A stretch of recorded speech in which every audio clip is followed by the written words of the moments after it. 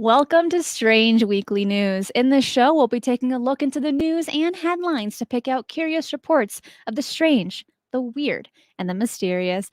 Anything from UFO news to science advancements, the paranormal, and stuff labeled Fringe Science and Fringe Phenomena. Each news item we go over in the show, I will place all the links to them in the description box below once this live show is over, as well as chapters on the timeline index. First, let me welcome everyone that is watching this show live and all of our first time viewers and listeners. Welcome, Tom. This is a new name I'm seeing, so welcome. Martin, Jessica, Mark, Tyler, Jonaside, Steppenwolf, Dark Star, David, Micah. How is everyone doing today? Before we get started, I would like to mention on Tuesday, my guest on Shifting the Paradigm was Jeff Belanger. We spoke about the Bridgewater Triangle, puckwudgies, and strange mysteries in New England. And then on Thursday, on Mysteries with a History with Jimmy Church from Fade to Black Radio, we covered UFOs being seen over war zones. And today is our monthly roundtable with my two friends, Jimmy Church and Micah Hanks of the Micah Hanks program and the co-founder of the Debrief Media. Micah is running a little bit late, but he will be here a little bit later today. So let's first bring in my dear friend and co-host of Mysteries with a History, Jimmy Church of Fade to Black Radio. Jimmy, how is it going, my friend? This is so awesome. But can I say this really quick? Beanie power? Yeah, well, there's that too as well. And I was watching some Pantera videos, Zach Wilde's back in the band. And so I was watching those, from South America. And one thing I will say is they wear beanies. Yeah, they wear beanies. Does Puck have a Velcro booty? No, he just has a really flat one, so it sits really nicely on the mic. It's just like there's Velcro involved. See, I thought you were going to ask if he also has a beanie, and I'm like, I do not know how to knit for my life, but I will purchase a mini beanie just for Puck. Amazon's your friend. In this instance, yes. I'll see what I can do. I bet you there's a Puck beanie on there, Puck-sized beanie. Before you purchase, and you got to select the size, right? You go to, there's Puck. Okay, we got a Puck right there, and get a Puck beanie. Here we are, good old Micah out traveling the world, international cosmopolitan Micah Hanks. Time traveler / doctor / riding in his TARDIS. So here we are. Let's see. So does Jimmy's beanie have a tag on it? Yeah, it does right there. Sure does. I'm to the curb, man. I'm to the curb. Hip. So I'm hip. while we wait for Micah, let's go ahead and get started with our first article. But actually, Jimmy, one thing that we were talking about backstage, which I am low-key pretty proud of, is I made my very first cup of homemade apple cider. You did. Because I had almost to the point of rotting apples in the fridge, and I said, I'm not going to throw these away. No, I'm going to make something with them. Just like mom or grandma, right? You can't throw these apples away. Let's make apple pie. Let's make apple dumplings. Let's make apple sauce. It's almost as bad as those rotting bananas. Let's make banana bread. And you're like, never. It'll never happen. So how'd it go? How is it? So I've only had apple cider once, in my life. And I said, how hard can it be? It's surprisingly harder than I expected. It's hard. Getting that ratio correct, cinnamon and sugar. And I was surprised that in the United States, you also have a spice called allspice. I was like, I didn't know this. And but I was too lazy to look up what's in allspice. So I just put cinnamon, sugar, and coriander in my apple cider stuff, and it came out okay. It's not a 10 out of 10. It's maybe a 3 or a 4, but I won't be making it again. It's okay. Sip it right now. And my question to you is it's hot, right? You've got it in Yeah. a thermal mug. What's the what's the what's the follow-up taste that you get after those apples? What is it? Sugar. Oh, really? Okay. Azúcar. Okay. That's what I'm tasting here. And look, it's not bad. I just wouldn't make it again. And then I bought these like nasty packets of apple cider from Right. the store. The ones that are like $1, right? Right. Yeah, It that it just oh, smelled bad, and I threw away the whole box. I'm like, the smell is terrible. it apple cider, and the thing is, when you have good apple cider, where it is, it's like filtered right, it's crisp, it's got this thing. When you attempt to make it at home, it's never that that water consistency, right? No, No. it's got a different thing to it. And I have tried. I took a crack at it about a year ago. So this is, the easiest way to do it. Juicer, apples, apple juice, microwave. And that's how you do it. Yeah, a little cinnamon in the top, and you're just good. Always cinnamon. Also, the best hot chocolate is hot chocolate that has cinnamon on it. Yeah, yeah. Someone fight me. It is so good. John Oh, aside, thank you so much for the super chat. Um, it says, word is Christina is getting all us mods puck wedgies for Christmas. Hashtag ramen wagon fun. Thank you yeah, so right much. on, right Are on. Yeah, puck yeah. wedgies everywhere? No, there can only be one. You'll There can get only your Amazon notice soon, John. It'll pop up, and the shipment. Yeah, so just check your email every day, forever. forever. Oh, but I know that you were gonna say for your hot chocolate, you put half a cup of coffee. You told me that recipe last year. I tried it. It's pretty good. I do it often. I didn't do it this morning. Man, it's so cold here. I cannot seem to thaw out, and the temperature. I have a smart home, right? You do. And 69 when I wake up, because I set it like No, 62 it's like at night. But perfect. but 69, 70. Today it's on 72.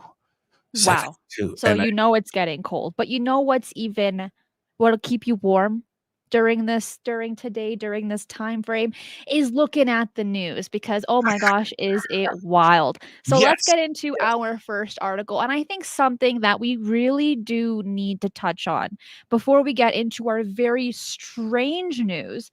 Let's kind of get into the topic of UFOs. And we are aware that AJ Gevaerd had just passed away last Friday. He was the Brazilian ufologist. Like he was the epitome of a UFO researcher in Brazil. And he passed away at 6:15 a.m. on Friday, December 9th at the age of 60. But there's a lot that he did for the community, Jimmy. And something that hits home for me personally is the way how he was able to release information through FOIA about the Colares, Brazil incident that took place in 1977. Mhm. It was because of him that information is now public. And as you know, as our listeners know, that is one of my all time favorite cases. And I simply cannot thank AJ enough for bringing that to the public. And he was even able to interview the captain of Operation Saucer, Operação Plato, right before he allegedly committed suicide. So he's done countless hours, years, decades of research, and he's really brought this not only to Brazil, but his research and his knowledge has been spread out across the world. Huge loss for the community. Huge loss. His information and his research. I mean, he owned South America. There's just Oh no yeah, question about it. no question. He embraced it, his community and everything down there. And then of course there was the UFO aspect. But the thing is about AJ, which is I think rare, and it's getting rarer. you know, to not only be a good person because he was, but that your legacy is that, you know what, smart guy, what an awesome person, who contributed, and he will always be remembered that way. Just a nice guy, always in a great mood, but in a serious pursuit of the truth and the answers. And he represented, South America and of course Brazil specifically, but he was the face of ufology for decades down there, and all of us in the community depended on him. Whenever there was breaking news, Christina, or there was something that was going on, that's who you reached out to.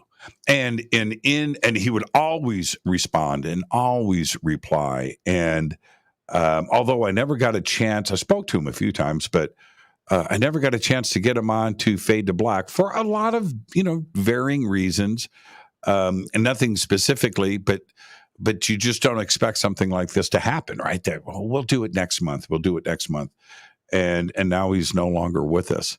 And there's another point about AJ that I really want to drive home, and this is not a joke, and I'm not speaking in a cavalier fashion at all, but it's this: researchers that are discussing things amongst each other, and then something comes up south of the border. It doesn't matter, right? And the first thing mentioned, okay, who's going to reach out to AJ, right? Who's going to reach out to AJ? We've got to reach out to AJ, and that was the respect that he had, and I think that ultimately he knew that, and he got that love from us, and he felt it.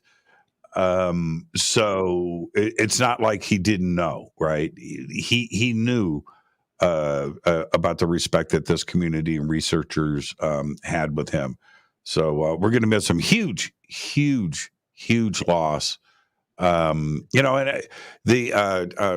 I hand it back to you, I had heard a few different things leading up to the announcement of his passing, and although I'm not going to get into specifics here, he was not feeling well recently, and it started. Well, okay, I don't want to get into specifics because it just bums me out. But he was so young, so you're just assuming that he's going to be better and everything, and leading up to this last week and the circumstances behind his passing, I thought, oh man, you just don't know. Right? You never know when it'll be your last day, and it goes to show when we talk about people that have passed, it also puts our life into perspective. Some might think, "Oh, it's a bit too morbid," or things like this, but in reality, there are so many different perspectives that we can look at this.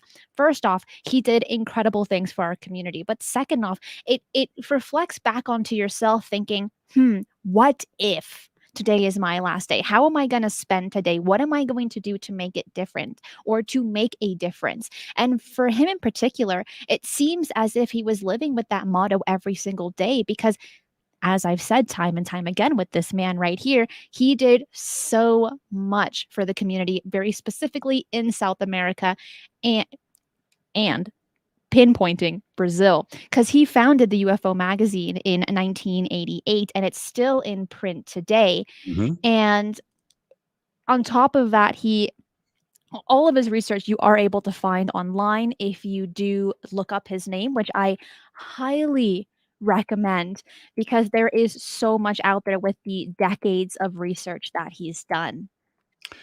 Yeah, and with AJ, okay, a couple of I don't remember the specifics, but one of his children passed, and again, I'm not going to get into the specifics, and that was rough, and he how he dealt with that, as a parent.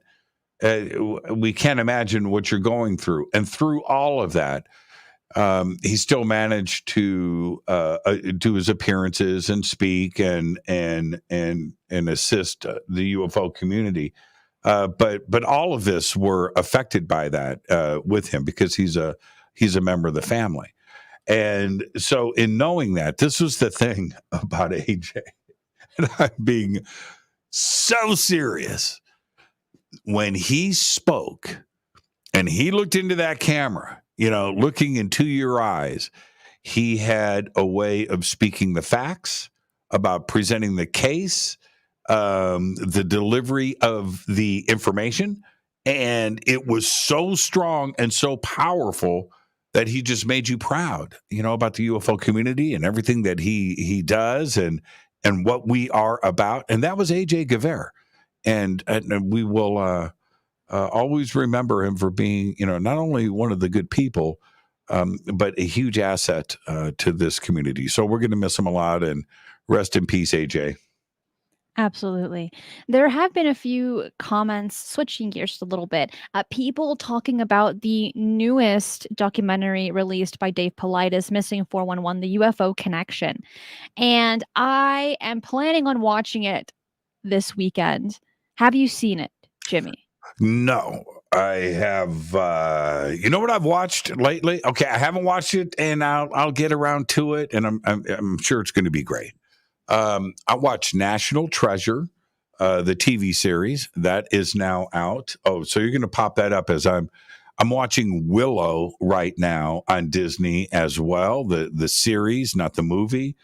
I'm watching Slough Horses out of the UK. I am tied up on my free time. I'm in the middle of Black Adam right now, Rock's new movie. Ancient history. This is it's turning out to be really cool too as well. So, but I will get to Missing 411, the UFO Connection here very soon. Where's it streaming? This Where's it movie streaming? documentary just released. It's available on Apple TV, Tubi TV, Google Play, and Vudu as well. Okay, I have all those. Yeah. Okay. All right. So I'll reach out to David, and let's see here. Hold on a minute. You want to do it live on the air? Should we? No, we're talking about strange news today. You can do it after. You don't want to call Paulides right now? No, we'll do it after. But moving on, now we're getting into the really strange stuff. And why is that? Well, as many of us know, is that the World Cup is happening. Mm-hmm. And with that, there's a lot of... Do it. All right, go ahead. I'm not going to. I would never do that to you. This is your show. Okay, World Cup. I'm focused now. I'm focused. I'm back. Okay. So this is an interesting one because there have been a few instances that have now in a sense gone viral with people fans being so dedicated to the World Cup that they've committed not only some crimes but have gotten some health issues as well. And one of them took place December 13th in Buenos Aires, Argentina, the capital, where a 53-year-old man was riding a bus. And when he was realizing that the bus was just going a little bit too slow, he hijacks it. So where was he riding the bus to? To his house. For what? To watch the game. And my guess is he hijacked the bus because the bus was just taking too long. That's right. So when the bus driver left to get out to go to a kiosk and buy something, this man, he runs to the front and he speeds to attempt to get home because he says, I need to watch this game. I need to watch it right here, right now. So he's already freaking out, Cristina, about the game and getting home on time. Bus driver doesn't know anything. Bus driver pulls over said bus, gets off the bus to go get a cool drink of water and maybe a Kit Kat bar. And he's sitting there on the bus. You've got to be kidding me. What? right? And that's what's going on. And he lost his stuff and runs and jumps into the driver's seat and drives away. What's your plan at that point? What is ultimately what is your plan? Are you going to pull up in front of your house and jump out and go in and watch the game and nothing's going to happen? What's your plan? What happened? Well, at this point, the bus driver ended up calling the police. The bus was being tailed by the cops, so he abandons the bus. And keep in mind, there are other people on this bus, bless their Right, heart. right. And he attempts to finish his journey to the house on foot. He never made it home. Let's No, just say it like that. Nope, the cops caught up to him, and he was never able to watch the game. yeah, he missed the game. Now he's in jail. Right? That's just never going to end well. You know how here, I'm going to give you a word of advice right now, Cristina, and everybody listening. If you are late and you are breaking the law, so you will not be late, something's going to happen. The university, you're going to get pulled over by the police. You're going to tell the police, well, I'm late for work. And the cop's going to go, now you're really late. All right. And the cop's going to take his time. I am late for the Super Bowl. Well, now you're going to miss the first half. Right. Whatever it is, something's going to interrupt your journey. So here's the advice. Take your time. Right. The tortoise and the hare. Take your time. So you're going to be a minute late, but at least Exactly. you're the only thing that will get you out of any issue is you're pregnant. Right? That's it. That's true. That's true. My wife is pregnant. I've got to get home. She's having, and the cop's going to go, let's go. Right? Say that to the bus driver. Say that to the bus driver. Dude, my wife is having a baby. That's all you got to say. Bus driver's like, I got this. Right? He's going to take you where you need to go. And the passengers can wait. Other than that, just write it out. And get there. That's it. That's the only thing. Nothing else. Nothing else will get you out of it. And you're going to get late. You're going to miss it. You're going to lose your job. Whatever's going to happen is going to happen. Never hijack a bus ever. No, because you're also putting other people's lives in danger. And with all of this ambition to go ahead and watch the game, he took unnecessary risks and he was never able to watch it. But there is another person that was another huge fan. This one, a 26-year-old man from China, ended up getting facial paralysis after wasting several nights watching the World Cup for an entire week. So he would stay up. So he would go to work and then stay up from 6 p.m. to 6 a.m. to watch the game. Keep in mind that China is not even playing in the World Cup, but he is a dedicated fan. And at first, this man, he was getting kind of like some lip paralysis, and he thought, it's just gonna pass. But you know what? I'm feeling really tired. Well, obviously, because only getting at least 3 hours of sleep for an entire week. But later on, he kind of begins to panic because his lips are beginning to tilt to the side. He's unable to move his eyelids, almost like a type of stroke, but he only had facial paralysis. He ends up going to the hospital. He had to undergo specialized treatment to migrate the symptoms, but they are expecting that he will fully recover.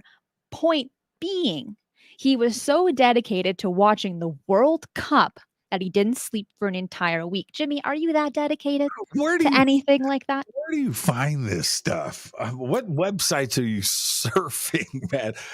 Could you imagine not being able to blink and you're at work and you've got facial paralysis and look, I kid. We all laugh. It must have really sucked, for sure. It must have been really scary. But at the same time, we are fully aware how important sleep is. Yes, I have insomnia. I get it. But I still attempt to get sleep throughout the day at some point in time to where I'm able to function and not Man, I've get got paralysis, sleep I've got facial tears just paralysis. coming out of my eyes. That was the funniest thing I've heard in a long time. Look at my eyes. Look like I've been crying. I'm laughing my butt off. That was China wasn't even in the World Cup. What was he thinking about? I know, right? And see, here in the United States, outside of the United States, there's somebody that would listen to this story, going, "Yeah, it happened to my cousin. Yeah, it happened to me once. Yeah," because outside of the United States, the World Cup is that's a whole nother party, man. And we kind of it's like the Super Bowl, you know how big that is, right? Times 10. It's that big. It's bigger than the Super Bowl times 10. It's huge. It's huge. Men have died. Countries have fallen for results of the World Cup and its dominance of the world. When I was a kid, this is why I laugh at that, because it's so true. I'm a kid. I'm like 14 years old. The World Cup is going off. I had never heard of the World Cup. I'm in Panama. Never heard of it. I don't even know what's going on. Never heard of it.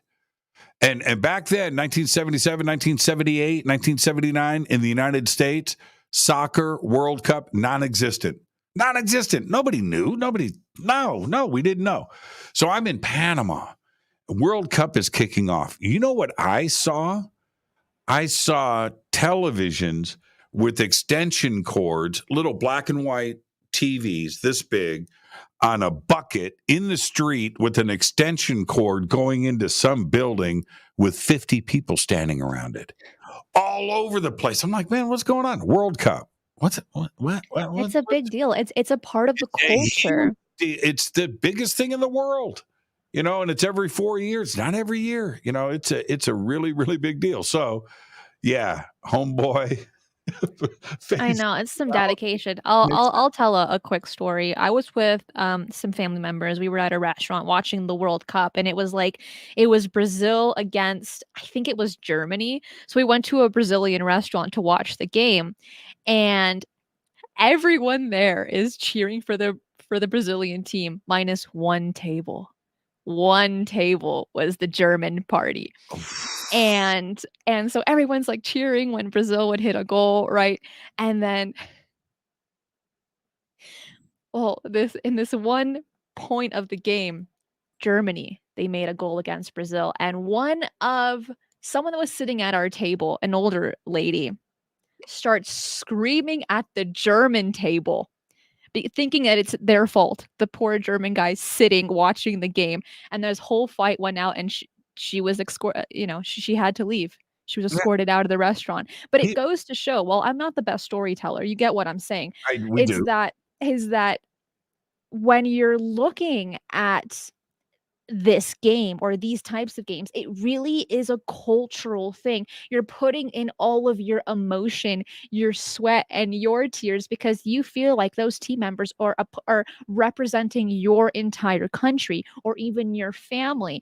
And so when I was watching this instance happen, this was, I don't even know how many years ago now, a while, and I'm just like, what is going on here? Is it really about the game or is it deeper than that? It's your culture, it's your family.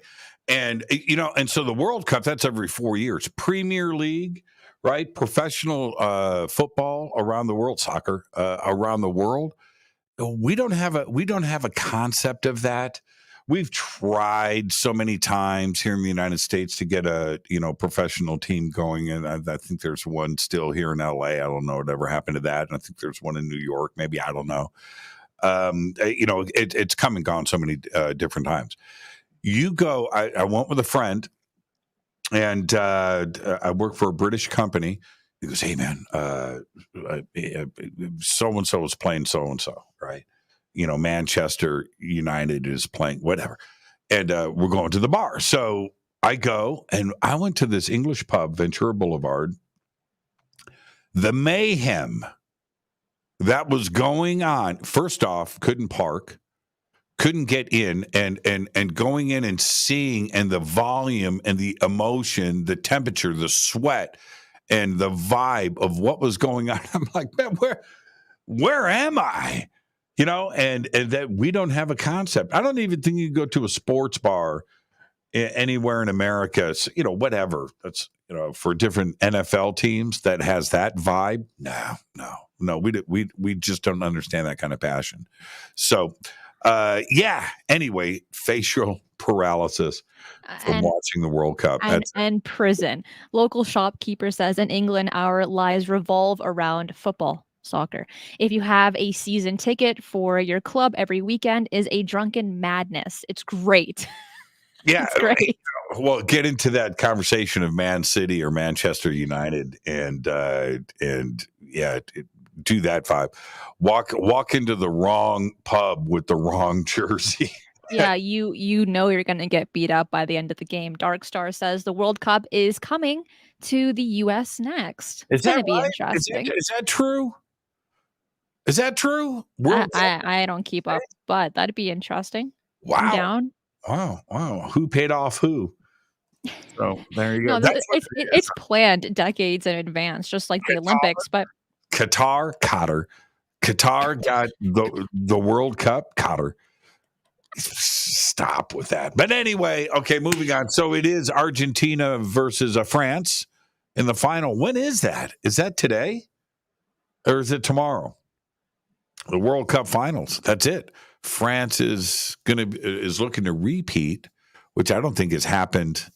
Man, does that ever happen in the World Cup? Maybe with Brazil. So I don't know. we need to ask a World Cup fanatic or something like that to ask these questions because you are asking the wrong person. But moving on to our next one.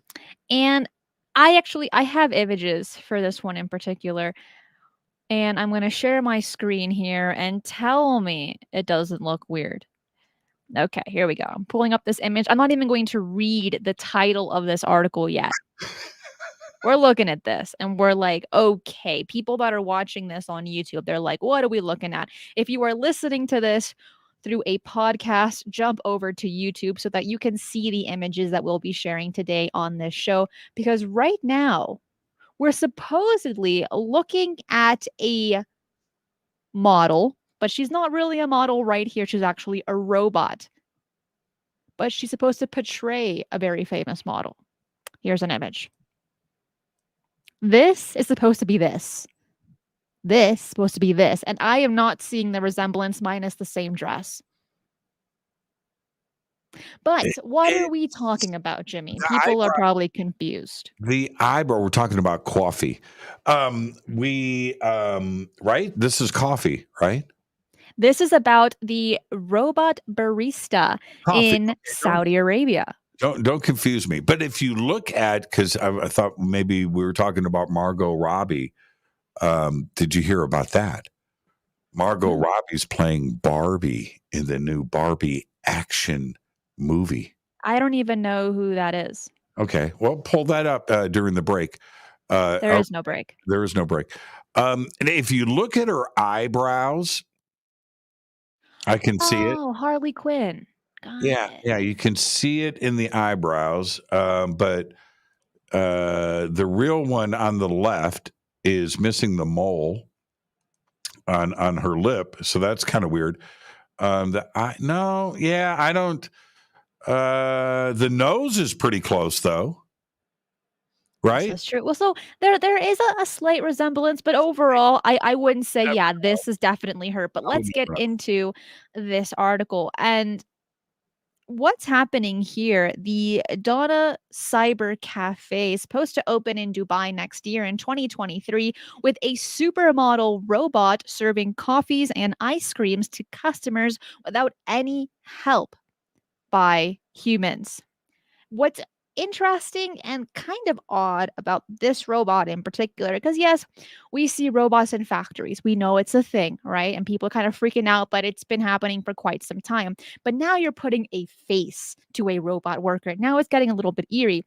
But what's even a little scarier than that is that it's supposed to be able to communicate with customers, attempt to read customers' emotions, and if you want to ask it to tell you a fairy tale, it will. I mean, out of all the details, why would that one have to stand out in the article? See, it's some people like Dubai, too much money, right? She's got too much money, too much money. If you go to The Fifth Element, the movie, The Fifth Element, Mhm. the famous bar scene, right? When the priest goes up and the robot goes, "Will he have another?" And he goes, "Yes, make it a double." The robot is a robot, right? He's got a LCD screen face. He's made out of metal. He's a robot. I'm okay with that. Give me a double. This is twisted. And this is just way too much money. Why? And here, let me tell. Why not a man? Right? Why not a man? Why this? Why this? And I'm not some old fuddy duddy or anything like that. It's just too much money. Where these rich Arabian princes or whoever have way too much money, and this is what this is what's on their mind, right? This is what they think about. All right, let's have what's her name? What's her name? Ooh. Debbie Gabdolina. That's who this is. And I think Yeah, Diana Diana, Gabdeli. Diana, Very close. yeah, Gabaldina. This is they're sitting around. So what do, man? We've got an extra billion in gold bullion. What do we do? What do we do? You know what? I got a great idea. How about Diana Gabaldina making us espresso shots? Yeah. Well, okay, but what's even Isn't that creepy? twisted though? Is that a twisted mindset? Okay, but no, Jimmy, it gets even creepier. Not only were they replicating this model to be this robot to be the very famous Eastern European model, but actually the creator of this promo robots is actually the husband. So the husband's like, "You know what? I think you're beautiful. I love you so much. Why not make you into a barista?" Like that can be seen one in two ways, either incredibly insulting or creepy. Yeah, and both are a cop out, by the way. Just to have some twisted dude get his fix. It's Well, just weird. this cafe is supposed to be open for 24/7 and it's supposed to be about $1,000 a day for the old version, $2,000 a day for the newer version. But there's been a lot of complaints of what she's wearing and how this Yeah, robot has see? been Yeah. created. For instance, I'm gonna point this one out, okay?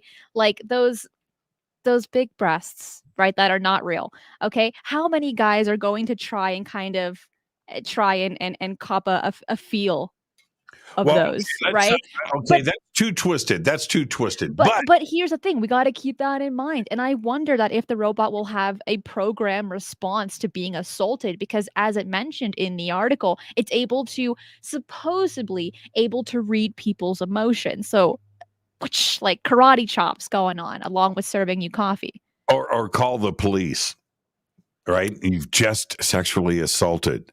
A robot, does that count? I don't know, it's gonna be like new laws coming out, probably It's when it comes to, like, more robots integrating into society. why not just put her in a bikini top and a G-string? Right? Might as well at this point. I'm going to say, what's the difference? This is obviously completely sexist and made sense. Okay, so And old school, I mean, this whole outfit's from, like, the '50s, I mean, come on, if you're gonna do it, make it modern. but would you complain if it was Idris Alba? Oh, you wouldn't. I also don't know who that is. Antonio Banderas, Brad Pitt. Would you complain if it was? Antonio Banderas, is that the guy that plays, Puss in Boots? Okay, don't go there. Don't go there. Sorry, I'm really bad with celebrity names. But would there be complaints for men and women? It doesn't matter. Look, If you it can never was win. objectified male. Would we Chris Pratt or what's his name? Thor. What's that guy's name? Chris Helmsworth. What if it was Chris Helmsworth? Is anybody complaining? Actually, he looks pretty good. Yeah, he looks pretty good. Ladies would be like, I'm okay with that. I'll tip the robot. I'm okay. But here's the thing: these male actors, right? They don't have boobs, right? Okay. So What's it? Okay. Now, I actually had. Did you pull up Margot Robbie as Barbie? no, but I can do that right now. Yeah, do that. And now this is. I think this is pretty interesting. I didn't think. You know what? I'm a little bit far removed in the side of parenthood when it comes to my daughters and Barbie, but they did 100%. I had nothing. All I did was spend the money. Okay. You want to make your daughters happy, and it was all things Barbie for the first 5, 6, 7 years of their lives, maybe a little older. Then they got into Bratz. You probably don't know. There's Margot Robbie, and she's going to play Barbie. That's right. And now the new type of doll that's coming out is LOL, the LOL doll, and it's like babies, like baby type dolls, but wearing very risque clothing.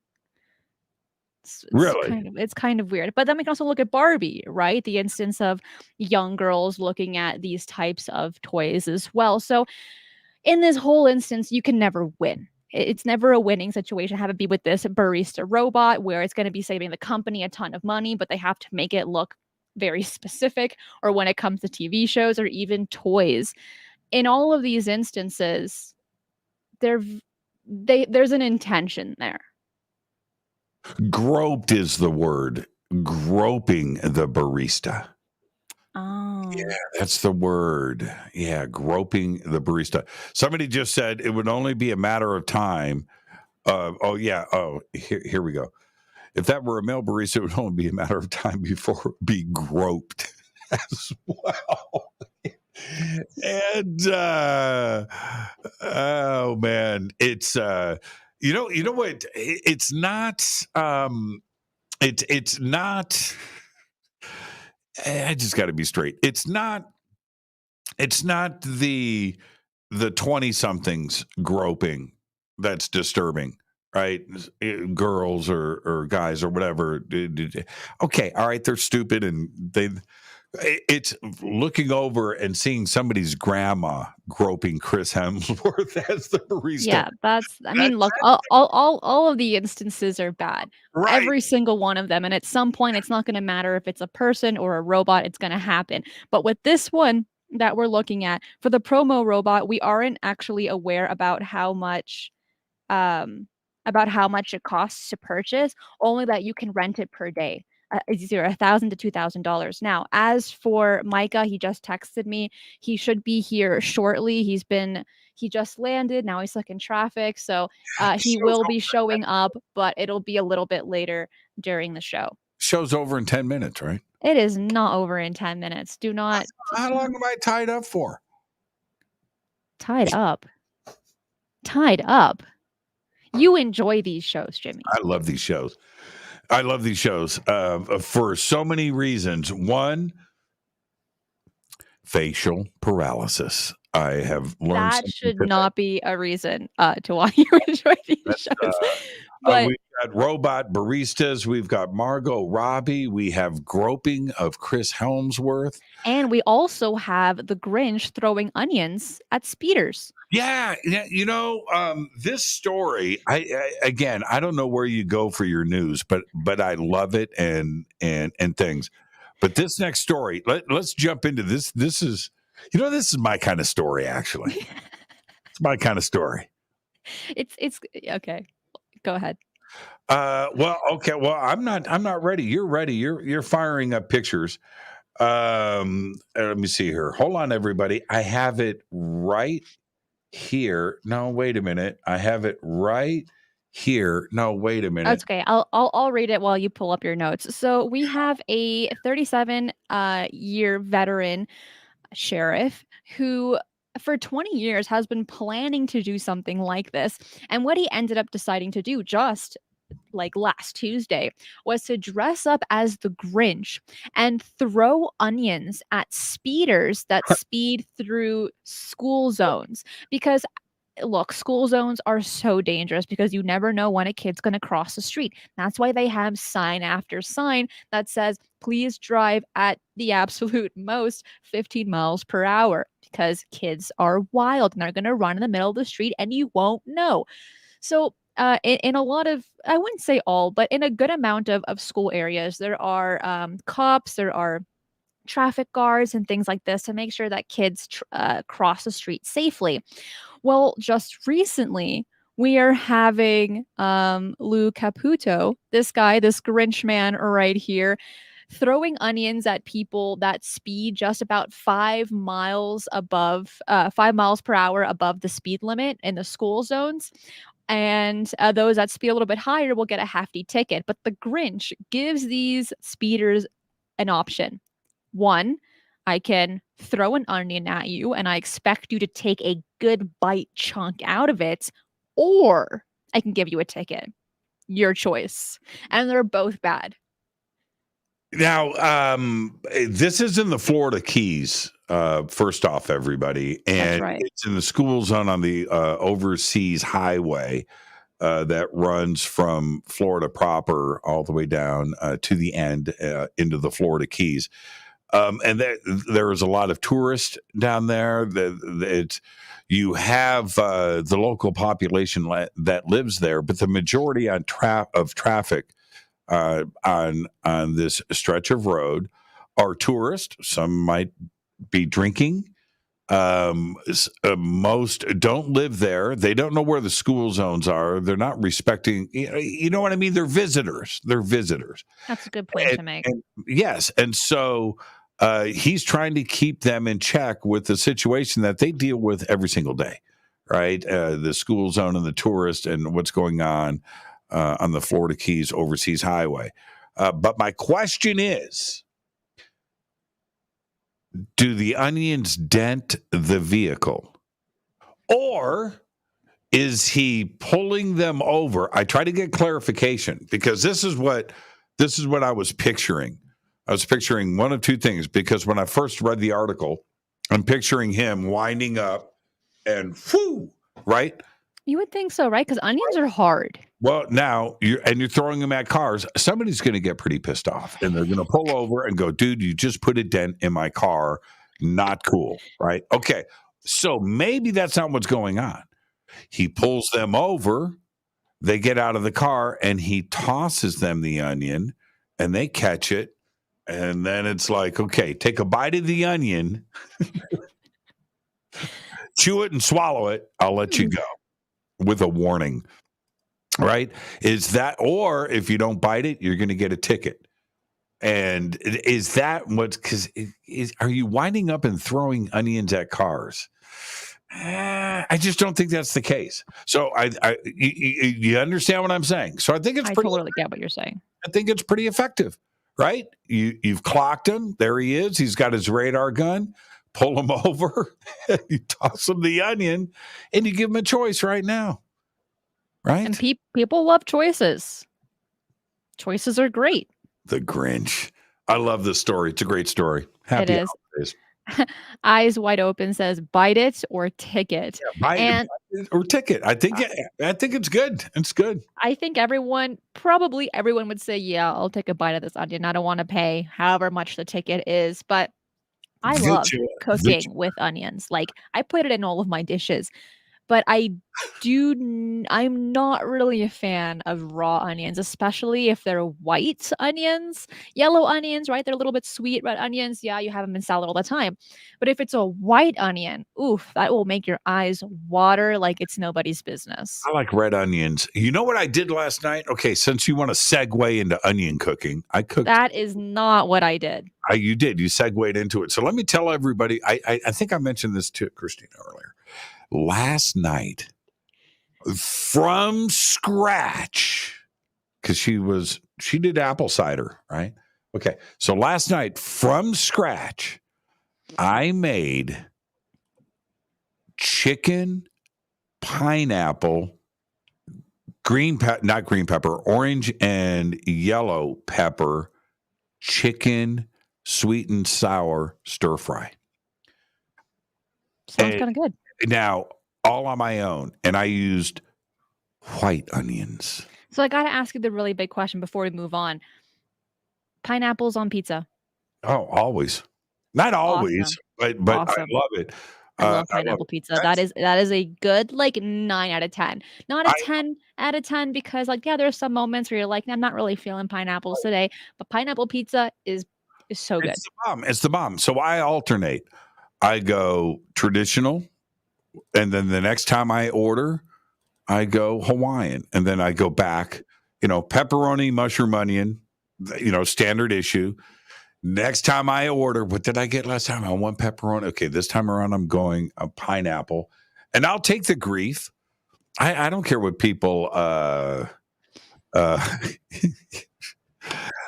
take the aggravation because it's too delicious, and you're paying for it. So why does it matter?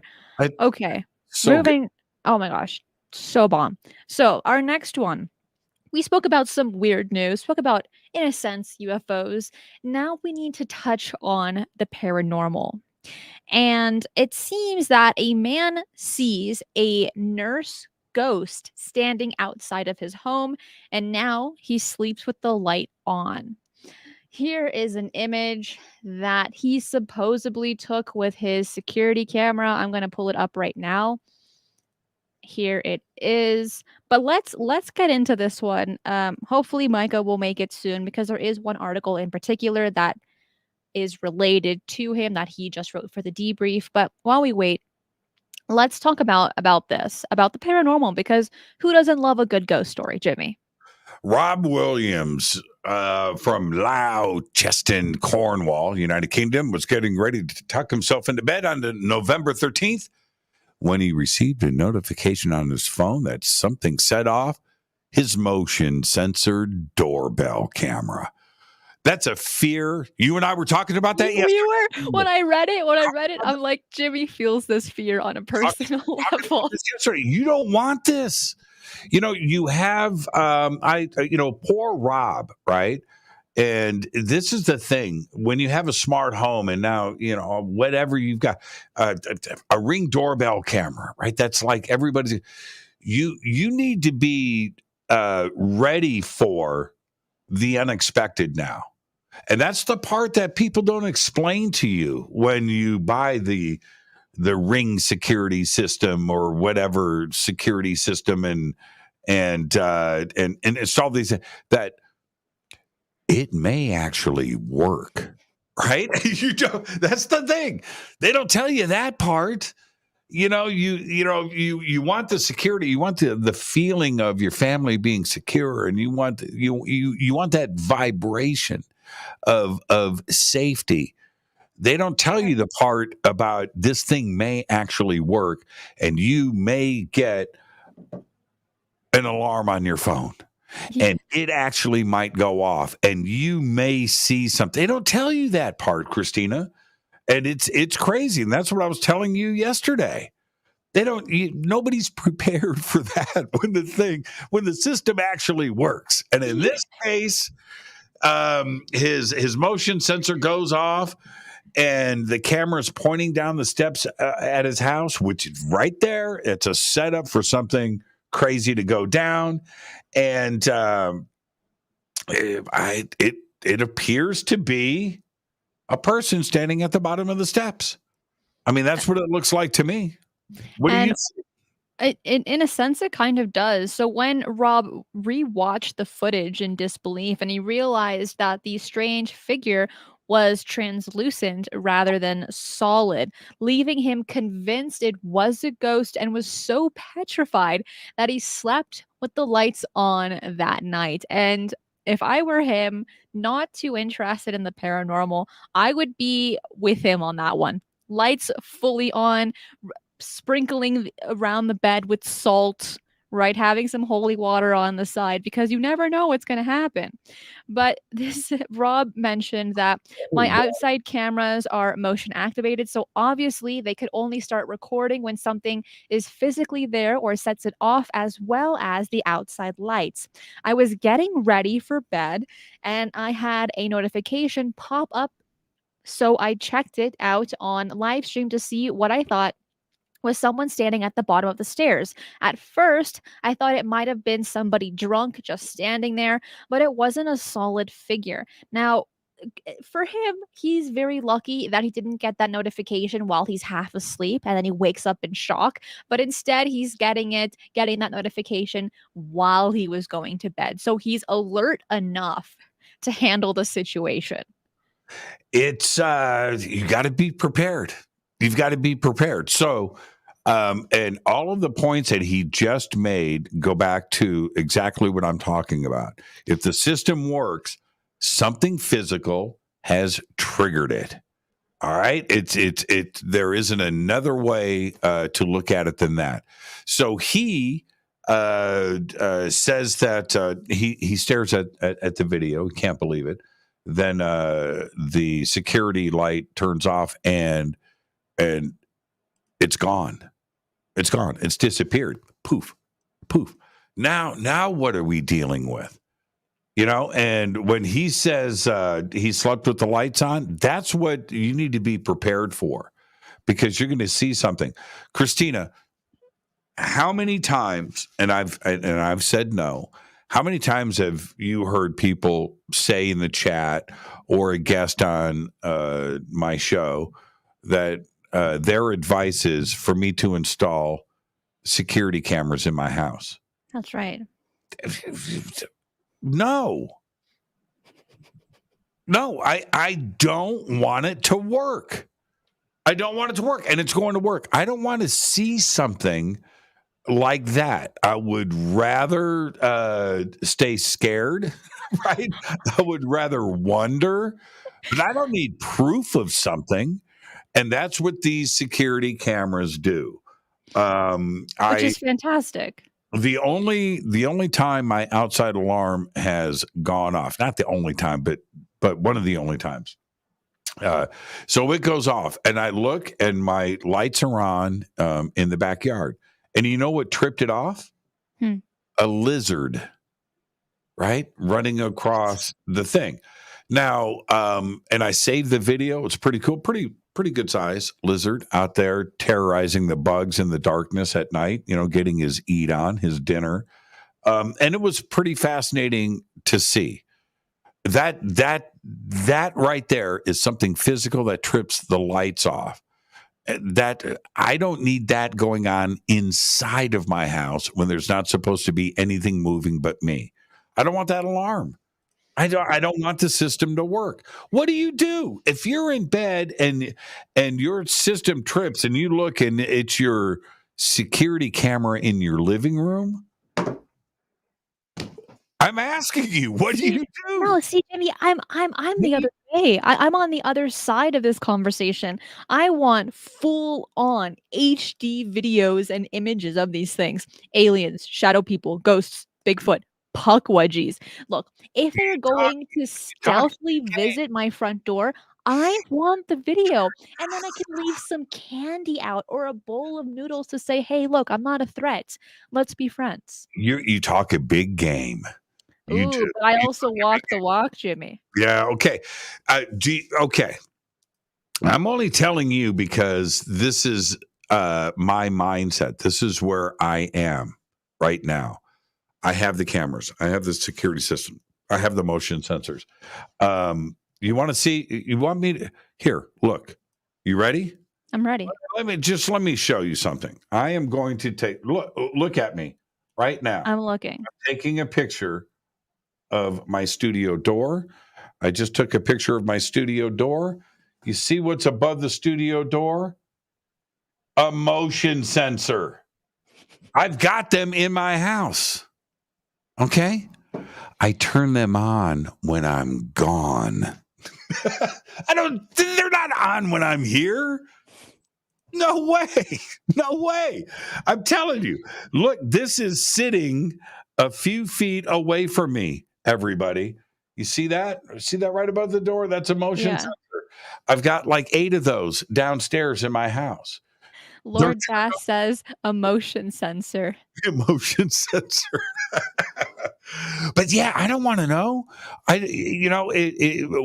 is it that I am going to see if I get up and go investigate the motion sensor when I'm home alone? Whatever it is, I don't want to. It's something that I don't want to know about. That's why you gotta have, like, pets or something, or, like, a goldfish to help you sense out all the weird entities. Paul says, "Christina, how tall are you?" I've been asked this a few times. I'm 5 foot tall, so while I might be short, like, I'm 5'0", but if while that's the case, I aim for the knees, okay? You For the got to. shins, You have and a then big small guy. whapa, Bigfoot, puck wedgies. Well, puck wedgies are the same height as me. But when it comes to this conversation and getting cameras in HD, thank you very much. I wanna see it all. But don't worry, I know some karate. But yeah, and so going back to this story, when he says he sleeps with the lights on now, I did the exact same thing, and I slept with the lights on for 10 years. And That's a high electricity bill. it's well, but it's something that when you go through it, it's I think it's an honest reaction, and it's okay. When I had my experience and I was living alone, I'm not going to get into the details, but there was some sleep paralysis and stuff, and it freaked me out. And it was of such a profound adrenaline rush of a freak out that you don't want that feeling again. You just you don't want to go through it. And the only way that I could relax was the lights on and the TV on, and I was able to sleep. If the house is dark and quiet, I can't fall asleep. I, I I, got I you. I can't do it. I can't do it. So here, I don't know about you. I would like to know in the chat room. I have night lights everywhere, everywhere. The night lights when you turn off the lights and stuff, and it's the end of the day, everything else turns on. So I have this perimeter night light thing on the top bed. It's the only way. If I'm dreaming, back to this is all about the article. If I'm dreaming and having a crazy dream, okay, which I love and I enjoy, but if I pop open my eyes, I can't pop open my eyes to a dark room. No, man. I pop open my eyes. I got my nightlight bleeding in from the hallway, and I can see. I'm not going to pop open my eyes to a darker. I can't do that. And it's because of these experiences like what Rob just went through here. Once you have that experience and that fear, that adrenaline rush, it changes you. It does. So I've done my little baby things that I do, my little wussy things. And that's okay. I mean, look, night having lights is fantastic. It also helps you sleep when they're blue during the nighttime. Right. Android asks, so like, let's say I were to see a ghostly figure, right? What would be my next action? Run in there? Heck yeah, I would run in there. If a portal opened, I would jump through it. If a gray alien is stealing food out of the fridge, I'm there. If a ghost shows up, I'd run in and tell it to take a seat and to have a chat because it's go big or go home. I'm with you, and see, I can do that. I can live like that if I'm, and be like that and have that if I have people around me. I think Okay, no, I get you, because you get that same kind of vibe with them, and they give you courage, absolutely. But then if you're alone, it's a different story. See, if it was me, I got my camera ready, I'm ready to ask some questions, and if they are stealing food, you better believe I'm gonna be having some with them. see who's this. I use a nightlight to sleep as well. I had sleep paralysis. I've experienced a lot. I think as a child. See, that's exactly it. But if I'm with a group of people, I'm the first person to jump off the cliff and go cliff diving, right? I would Rock be the on. first person to go and do this. I would be the guy jumping the motorcycle over cars on a ramp. I have no fear like that, right? But when I'm alone, no, man. No. I protect my feelings. Hey, rock on. Get an emotional sensor. Emotional sensor. But you Like would that do okay, comment. so but if you're alone, I asked you this before. Mm. So you're alone and you're in your RV, right? And you hear something outside and you look and there's Sasquatch sitting next to your campfire biting into an apple. You're out there. I'm there.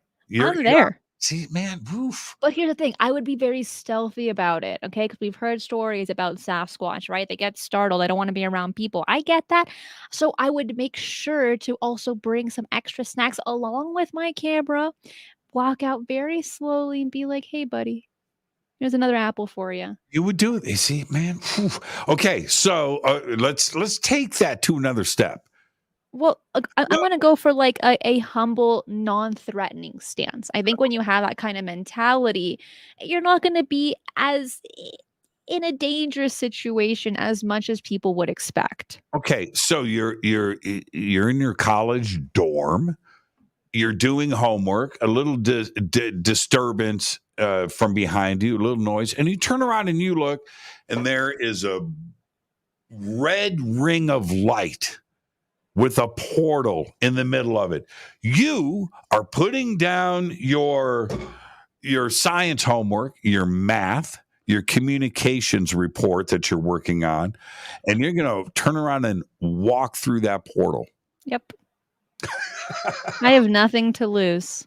Man. Absolutely nothing at all. But, Okay. All right.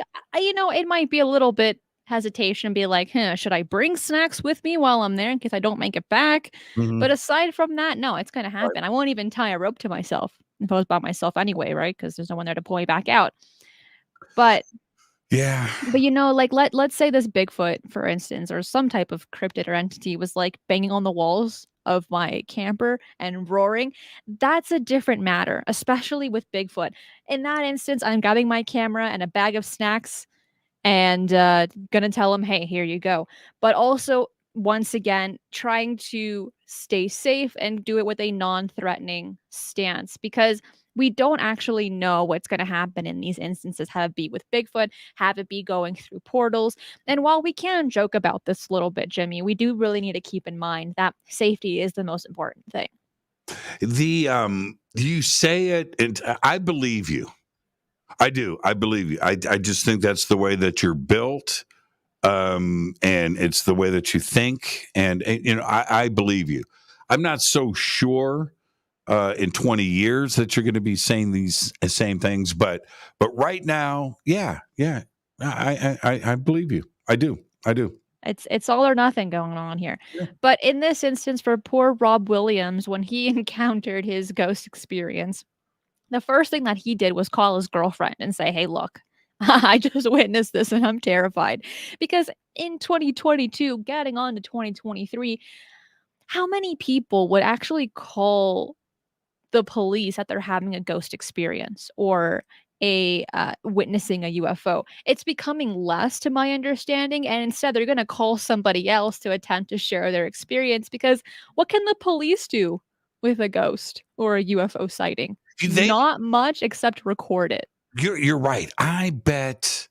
And I was, I'm in the middle of a couple of books right now. I'm reading some Jacques Vallée I'm reading back through some Richard Dolan stuff. And the comments that are there, also with the documentary that I just finished all this week, all talked about this very same thing, that the amount of phone calls that have come in about Ghost since Ghost Adventures, right, has started. And when you have people that maybe they just had a loved one that has just passed on, or maybe a pet or an animal, they're living alone, they start and they're calling the police. and so this paranormal, it's kind of like what's the movie with Dan Aykroyd? Ghostbusters. It's like Ghostbusters, right? The paranormal activity is elevated because people are seeing these TV shows and they're reading the book and they're on YouTube and they're calling the police, right? I've got a ghost. I've got a ghost. And I've read and heard a lot of these police departments around the country are getting more phone calls for ghost hunting. So it makes a lot of sense. Why not? Why not? And also, the movie Ghostbusters, fantastic. The originals, 10 out of 10. Love them all. Yeah. Yeah, absolutely. Absolutely.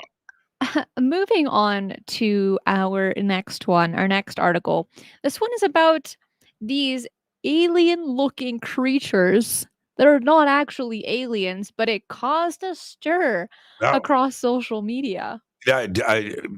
tell me you've got some pictures because Oh, I have some images here, and this is I'm not going to read anything more you because don't have it. to just bust them out. I have been freaking out about these pictures. And this is one of many. And there is some stuff that is being seen on our beaches and oceans around the world that defy explanation. Now, you look at this. You're out there with your family. You got a blankie in a cooler full of cold drinks, and you see this come crawling out of the ocean. Oh, man. Look at that. It's real, too, by the way. That's not Photoshop. That's crazy. No, this and Have you so seen the videos? I haven't seen the videos. No, I've only seen these images, but let's kind of hold So on. cool. Give So me a sec. Give me just a moment. So actually, Jimmy, take this away. okay, so like I said, you're out there with your family. It's a holiday. You've got there he is. It's about time, man. Micah, welcome. About time. Am I coming through loud and clear? Yes, you are coming loud and clear. You're not. Indeed. Okay, who are you going to believe, me or Jimmy? I always know who to believe. Hey, look. So I'm traveling in the saying it. Northeast.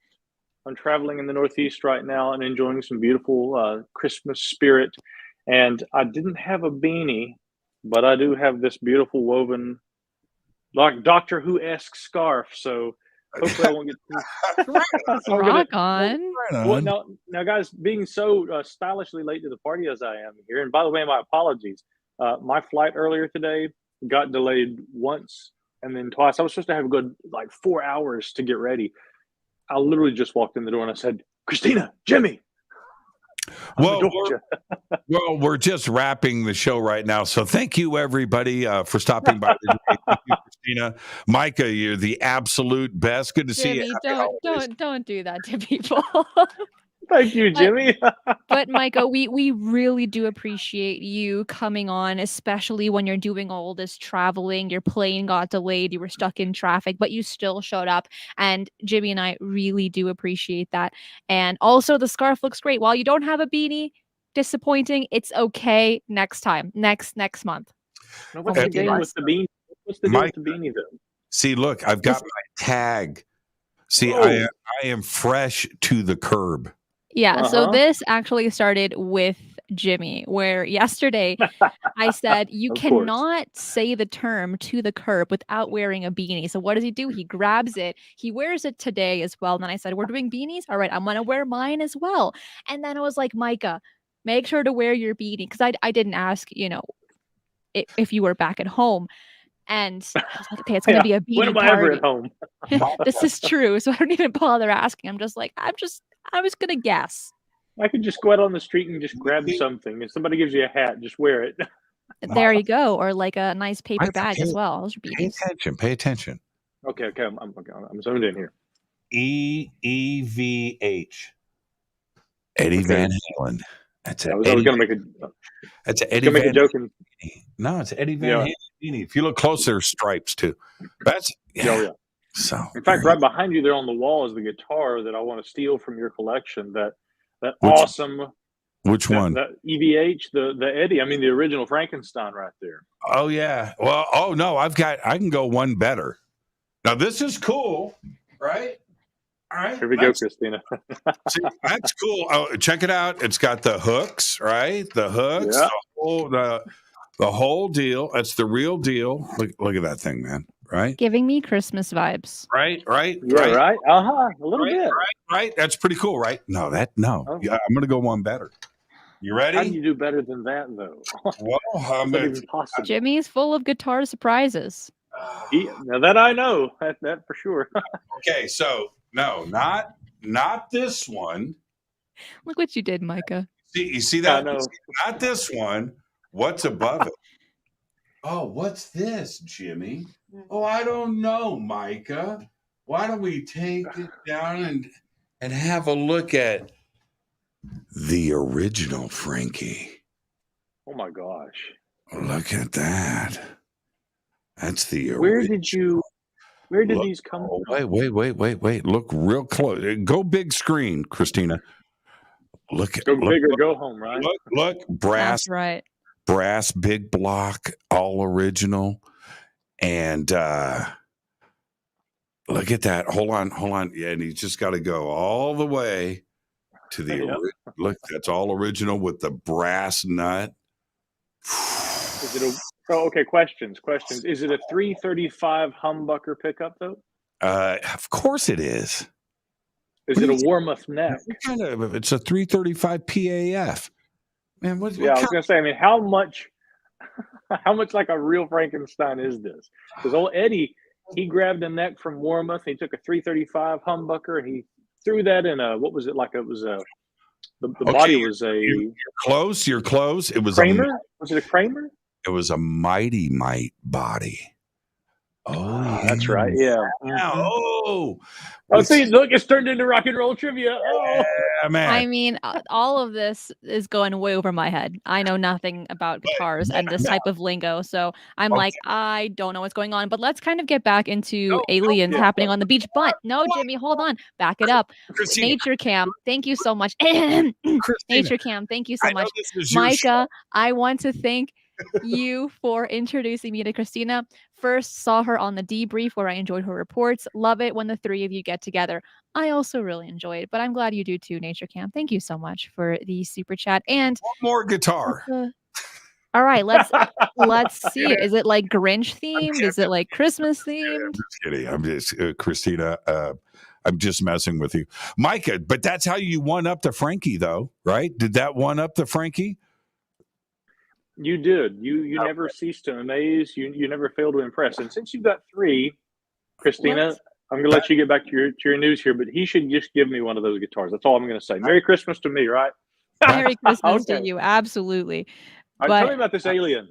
Yes. All right. Well, this one is okay. Just looking at the image, Micah. What does this look like to you? Let me take a look at that. So it looks. It's either a crustacean or a plant, I think. I would almost go with like something like an aloe vera that had laid out in the sun a little too long. Oh man! Look at these. So this image, right? This image that we're looking at right here was actually published on Facebook by the man of Jan Voster, and he actually took pictures of dried, dead aloe vera plants. Aloe vera, yes. That's what I said. And he put them on the beach to take some picturesque type images. He posts it online, and people were going hysterical in the comment section of what kind of horrifying sea monsters are these? I don't want to go to the beach right now. Do they come out at night? Because I'm terrified of sharks and things like this. So while they do look incredibly alien, they are in fact just dead plants placed in such a nice position, a nice pose that looks very terrifying, but low key on the down low. This would be a really awesome image to have like in your house hanging. Oh, for sure.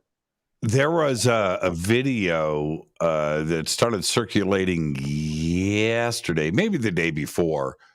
And what's the biggest species of shark with the spots on it, Micah? You would know. The biggest. Oh, you mean like a whale shark? Is that Yeah, right? whale shark, right? Okay. So it's a video of a whale shark feeding next to a boat. And but there's a couple of women that are snorkeling in the water, and they've got like waterproof GoPros, right? Right. And so they're right now, and they go under the water and show these two sharks. The sharks are pointing vertical, right? So they're up, and their faces are at the top of the water. The size of these things, right? Because they're giant, and they go down, they go up, and the mouth on these would swallow like it would swallow a Prius, probably pretty easily, actually. It's that big, but you don't understand the size of it anyway. So the comments, and I was reading, somebody said, I'm never going in the ocean again.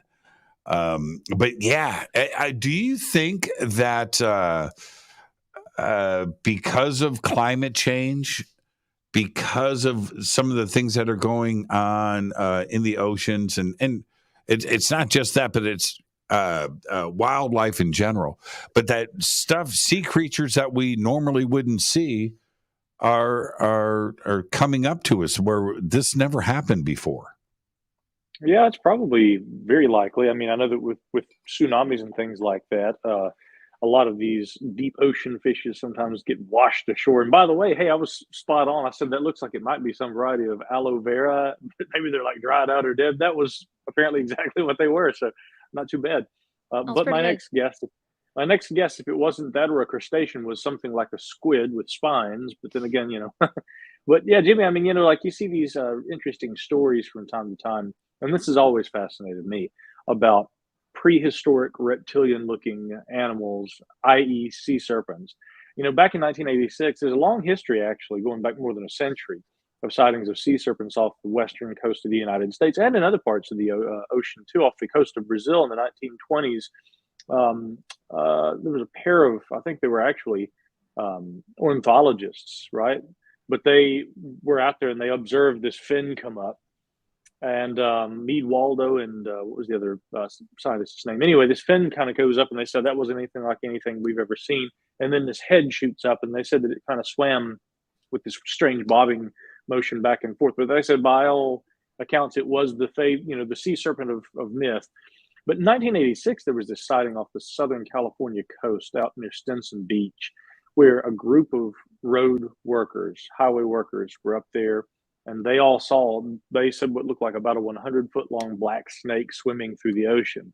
And they said we had binoculars and we were able to all get a good look at this thing. And I remember coming across this story and saying, well, they may have seen something. And I was pretty skeptical. But a pair of researchers, Bill and Bob Clark, out of the Bay Area, I believe, they reached out to me and they said, Marlene Martin was the principal witness. She was the supervisor there with the California DOT that was there by the side of the road working on this. And she would talk to you if you want to talk to her, Mike. And I said, well, I'd love to talk to her. They put me in touch with her. And so I had a bunch of questions. I said, first of all, was there a mane? Did you see anything? She says, no mane, no hair. It was a giant black snake. She said, this thing, it had a mouth that was full of kind of trianguloid teeth that reminded me of like an alligator, but she said it kind of held its mouth open as it swam and almost had this kind of playful look as it moved. She didn't see what was propelling it through the water. In other words, she couldn't tell if it swam like a snake would or if it was going up and down, undulating. But she said it was huge. It was, and this is how she described this. Jimmy, you especially will love this. She said it was incredibly eerie to watch. And she said, I never let my kids, to your point, by the way, never let my kids go swimming ever again after that. But you wonder about stories like that. I told a buddy of mine about that, and he said, well, I mean, I might believe those things were out there if they hadn't been just seen only one time. And I'm like, if you go back and you look at the literature, Roy P. Mackle and, Ivan Sanderson and a lot of other, cryptozoologists from decades past, they chronicled stories of these things. Is it possible? Is it so crazy to think that our oceans might actually be home to some forms of life and even some fairly large ones that haven't been discovered yet? We don't even know, Micah, we don't know what's there. We don't have a clue. Some of especially the last couple of years, It's so fascinating to see where you have these these biologists and people that these scientists that are dealing with the oceans all day long, and it's not only animal life, but it's it's everything that is happening. The old question, plankton, flora or fauna, right? Well, there are people out there that are researching this all the time, and lately the amount of footage and new species that are being documented in our ocean depths right now. I mean, crazy, frightening looking stuff too, by the way, but it's like daily. Yeah. Right. And it's only because we have the ability now with technology to capture video and get to the depths that we've never had that technology before, and robotics, and underwater drones and the ability. Game changer. Well, yeah, it's a total game changer, and we're seeing it. I've told the story many times. This is the short version of it, but I've done a lot of sailing. And when I was down in South America, Central America, Panama, I did a lot of sailing and a lot of things off of the coast there. But when you don't understand until you do it. When you are, remember in the movie Jaws, right? And Spielberg made sure that with the orca, that he would capture the ocean without showing the shoreline, to show man's isolation, right? That how big the ocean is, right? Well, until you go out there and you're a boat alone out in the open ocean, you really can't appreciate the size of it or the mystery.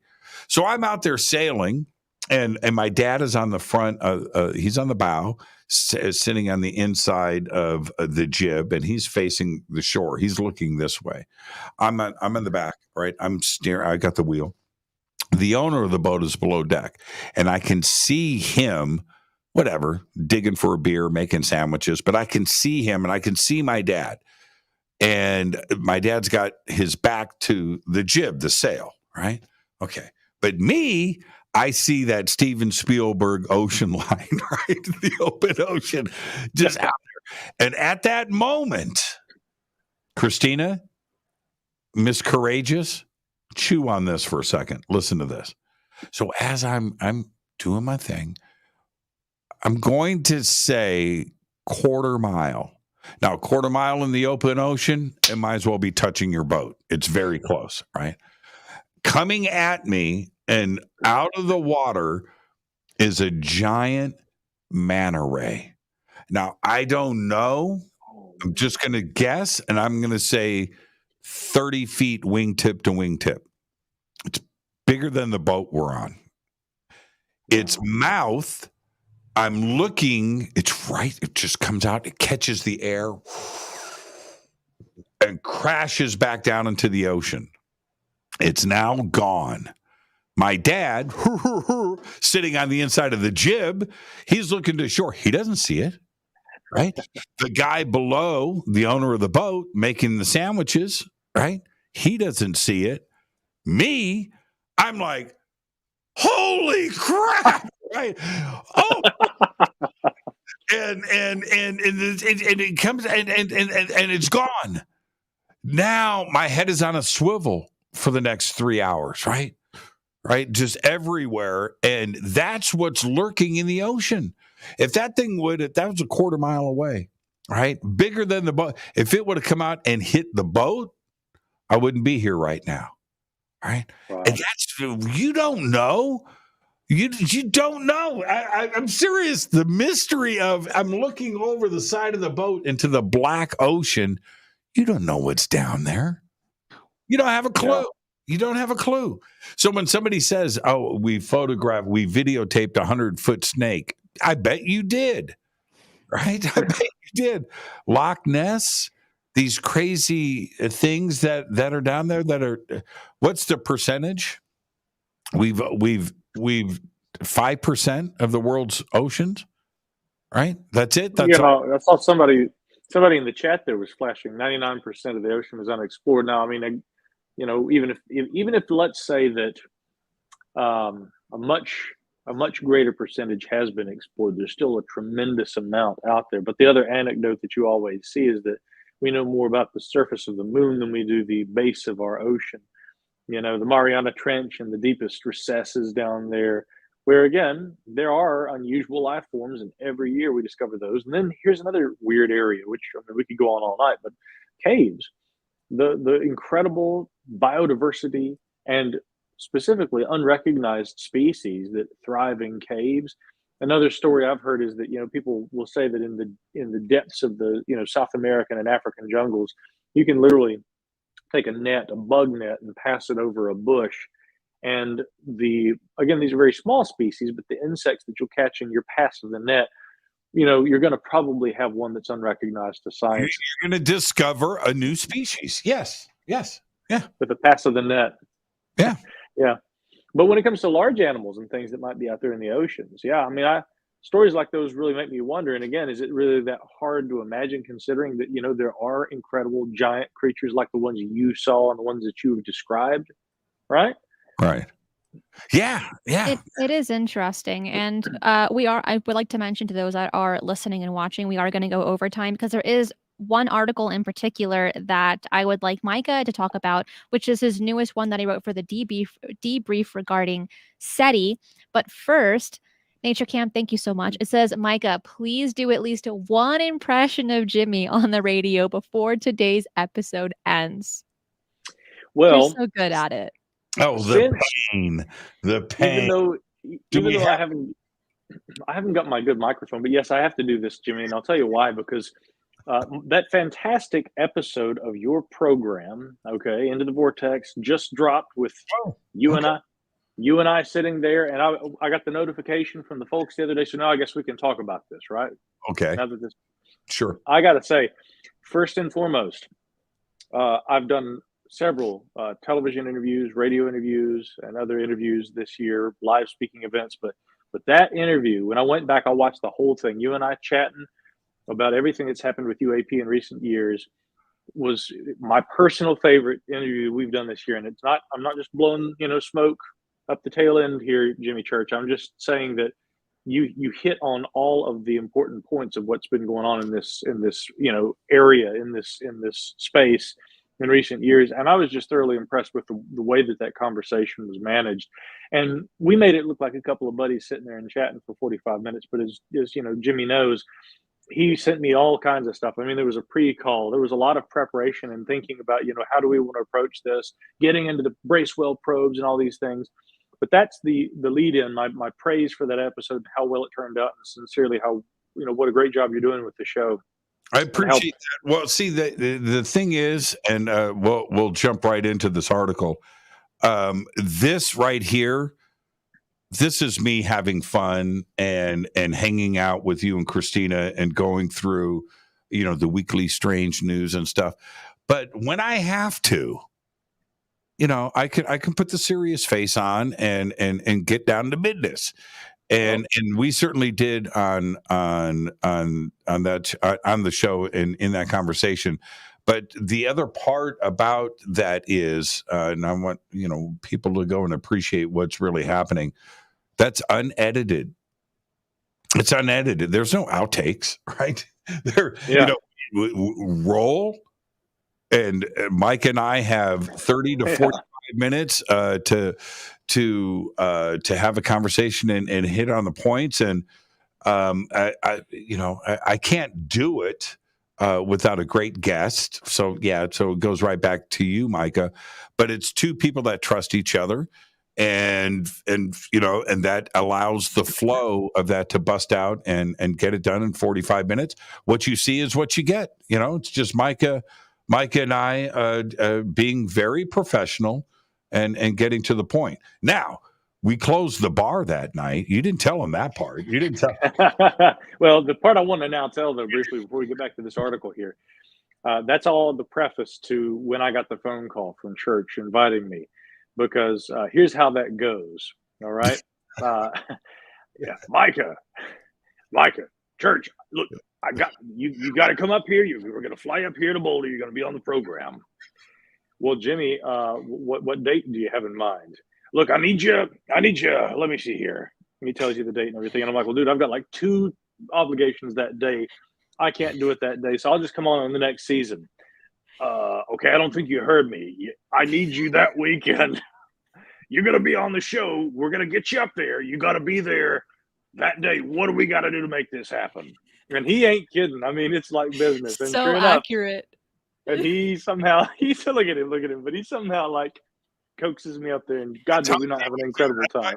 I got tears coming out. That's actually how it went down. Micah goes, I'm not kidding. He goes, I got a gig, I got a thing, I got this and that, and this is what I do, Jimmy, and it's me. And then I was like, okay, so that's all good. Now let's book your flight. When's the gig end? How much? Now he's impersonating me, impersonating him. Can I? How much you making? All right, I'll pay for that. I just need you here. Oh God, it was a delight. It was the most fun interview I've done all year. Thank you. There's my Jimmy Church impression, but again, Jimmy Church behind the scenes, off the record. It was fantastic. So, but on the record at the same time. No, that is so awesome. That episode was absolutely fantastic. But I think, Jimmy, for Into the Vortex, all of them have been really superb. Jessica, yes, we're going to get into that a little bit later. Thank you so much. And Brian, thank you so much as well. So before we get into our secret trivia game, Micah, tell us about, as a secret, tell us about your latest article that you wrote for the debrief regarding SETI. What's it about? Well, this was actually me, and by the way, this one was actually our weekly newsletter, The Intelligence Brief, which I put out. We also make that available on the website for people to read, but if you subscribe to that newsletter, you get a special, I'm covering all kinds of stuff in the newsletter every week for the debrief. Some of the stuff that we're writing, there's always a quote of the week that's relevant to a big story. And in those newsletters, I try to take a big topic and kind of analyze it and go deep. But every now and then, I also just pick a topic and just kind of go with it and do something that I try to always make fun, but as the name entails, something that people should know or need to know in this space, aerospace, defense, science, astronomy. And this week, of course, had to do with SETI. Now, if have you ever looked at the Green Bank telescope up there in Virginia? I think this is the largest fully controllable radio antenna, probably anywhere in North America, if not the world. It's incredible what they can do with this thing. But they were collecting data with this, or with that telescope, in addition to I believe it was the Breakthrough Listen collaboration and other sources of data. But the thing that was really fascinating to me about this was that they took the data that they collated and then they turned that over to a team of citizen scientists who were helping. And these researchers, some of them with the SETI Institute and a number of other organizations, international team of astronomers, they acknowledge in their paper, which, by the way, is about to undergo peer review. I think it was submitted to the Astronomical Journal, but it's right now on the preprint archive website. They said we couldn't have done this without these citizen scientists. To me, that was the second most, maybe the most important thing. It was the second most awesome thing, but it was definitely one of the most important aspects of this study, because SETI research, the search for extraterrestrial intelligence, is getting a big boost from citizen scientists, volunteers, people who are interested just like we are, who are like, hey, I want to get involved and help. And I want to emphasize that point, because people at home listening, if you want to get involved in science and some of the potential, greatest discoveries of our era, you can do that now, and you can actually aid in these kind of efforts. And these citizen scientists were very instrumental in this study. But after the citizen scientists went in there and said, sorry, guys, but 99.9% of everything that you have here is nothing interesting, basically. A further analysis by the team of astronomers from SETI Institute and other organizations did turn up 2 signals of potential interest. Now, let me be very clear. We've had a lot of signals of potential interest in the long-running search for, intelligent life out there. I doubt sincerely that these are going to be the final straw that breaks the camel's back in the search for alien life or intelligent alien life, but they are of interest. And further analysis could yield, if not evidence of ET, at very least, new promising methods to continue that search. Now, again, what we're talking about are narrowband frequencies. This is radio astronomy. And I remember the late, great Stanton Friedman saying to me, Jimmy, that trying to use radios to look for evidence of alien life, which of course in Stanton's mind it might be in our own backyard, and it very well may be. But for him, he was like, trying to use our radio transmitters and radio telescopes to search for evidence of aliens is kind of like trying to go and build the Taj Mahal with Legos, or something. I mean, and actually try to build a building that's going to stand the test of time. He's like, I mean, it's not going to measure up. He says ET probably have far more advanced technologies, and their means of communication probably greatly exceed what we're trying to do with radio telescopes. But you don't know unless you look. Seth Shostak has said recently that he said, I'll buy you a cup of coffee if in the next 30 years we haven't found evidence of aliens. I mean, he thinks it is imminent. It's going to happen. So that's the biggest. What's the alternative, though? The alternative is not do it. Well, that's just not smart. Well, not do what? Not to search, right? Right. Well, but yet there are some who've said it could be dangerous. Maybe we're better off not knowing. There are a lot of people who made that argument. For me, though, whether we are alone in the universe remains one of the greatest questions. And right here around the holidays, where we spend time with our loved ones, we cozy up next to the fire, pour another cup of eggnog. Wouldn't it be a great Christmas treat if in the years ahead or this year, whatever, we did actually find evidence of intelligent life out there? We don't have to necessarily say, hey guys, we're here. But if we found what was unequivocally information that suggested alien life, beaming signals, attempting to communicate over great interstellar distances, if we found that and it was unambiguous, it would be simply put the greatest discovery of all time. So yeah, I think we should be looking, and there's a lot of exciting developments in the ongoing search for extraterrestrial intelligence. Well, if I can interrupt just for a second, it's one thing to have your ears open, right? It's another thing to be broadcasting our location, which is what Stephen Hawking, put all the alarm bells out. You don't know who you're. Sorry, my cables tangle. You don't know who you're broadcasting to. It could be somebody hostile. It could be somebody with some very, very bad intentions. All right. Okay. I'm okay. All right. I can buy that side. But the other side about listening and trying, no, we should be doing that as much as we can in all directions. SETI and any other radio telescope array, whether it's China or, Puerto Rico, what have you. Oh, yeah. You are pointing that thing at a very, very, very narrow slice of the sky. The universe is a big, big, big place. So I'm hoping that that the James Webb is going to narrow that search and find some interesting candidates to point these radio telescopes at, and hopefully pick something up. And yeah, not only would it be the biggest of all time, it would be. I don't know what's bigger, life after death.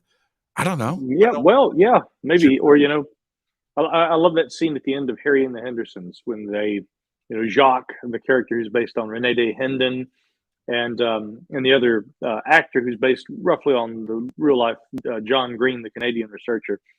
They see Sasquatch, Harry and his family walking off into the forest, and they're like, well, what now? I mean, the quest is over. And I think Jacques looks over at him and says, well, there is always Loch Ness.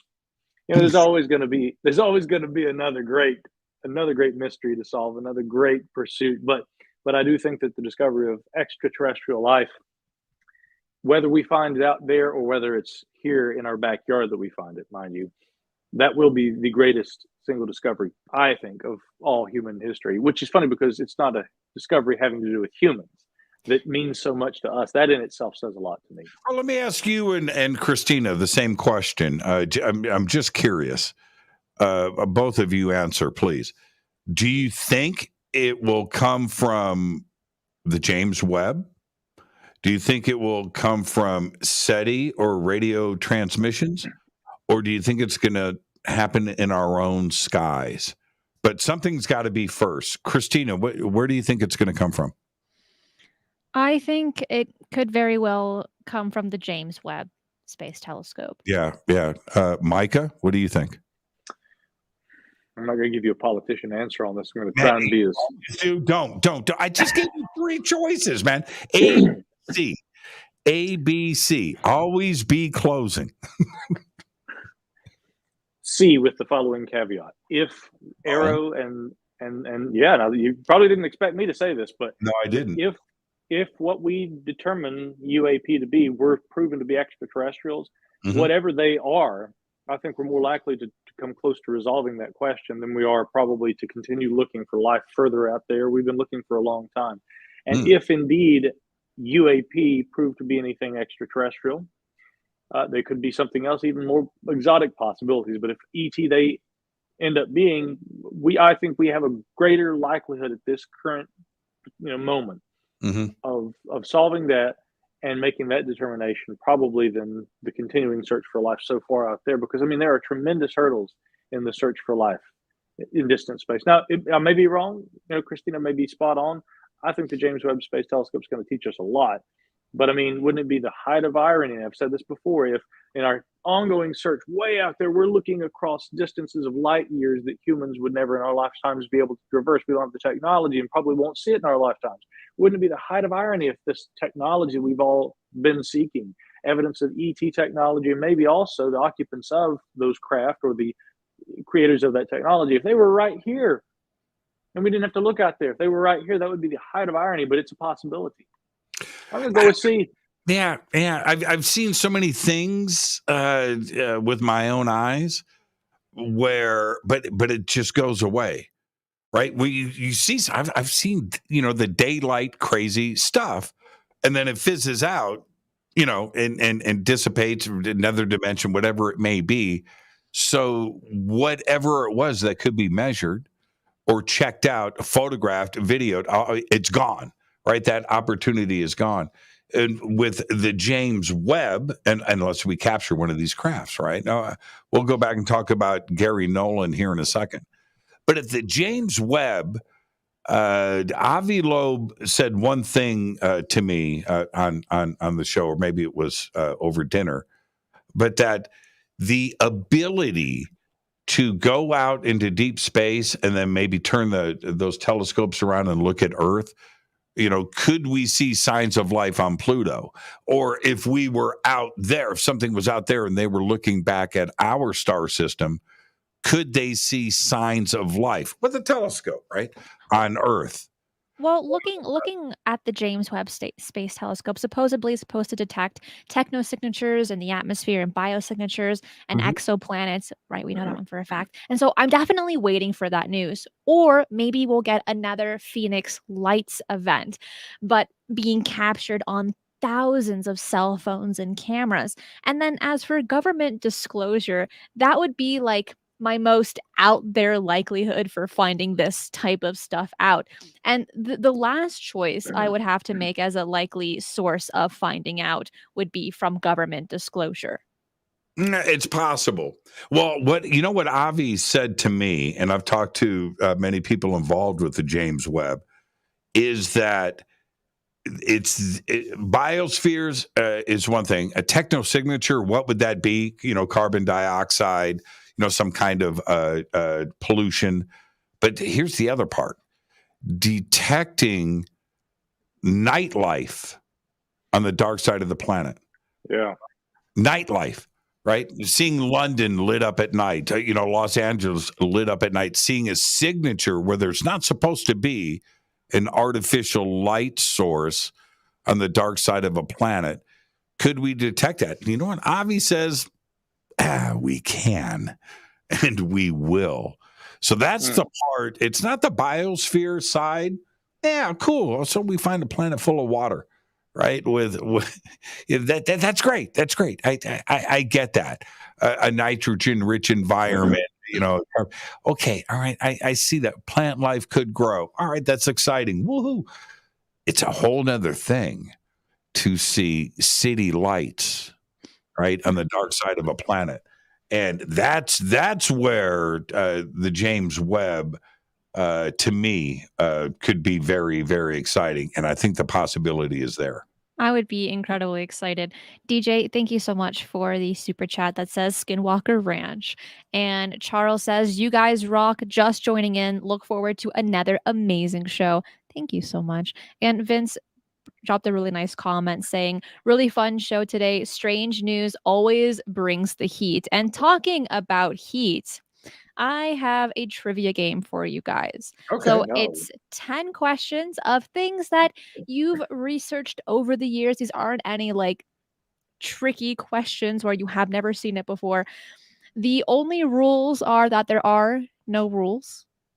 Person that says it first Do I have to gets the keep answer score? right. Now, wait a minute. Is it I'm you keeping asking the score. questions? I'm asking the questions, and And these whoever are from answers Mike- it first gets Okay. the point. Ooh. Well. Okay. All right. Hands up, no Google. Hands up, no. Yeah, no. Hands, sit on your hands. And for those Sit up my hand. and for those listening and watching, you can also join in on the fun. Here we go. Okay.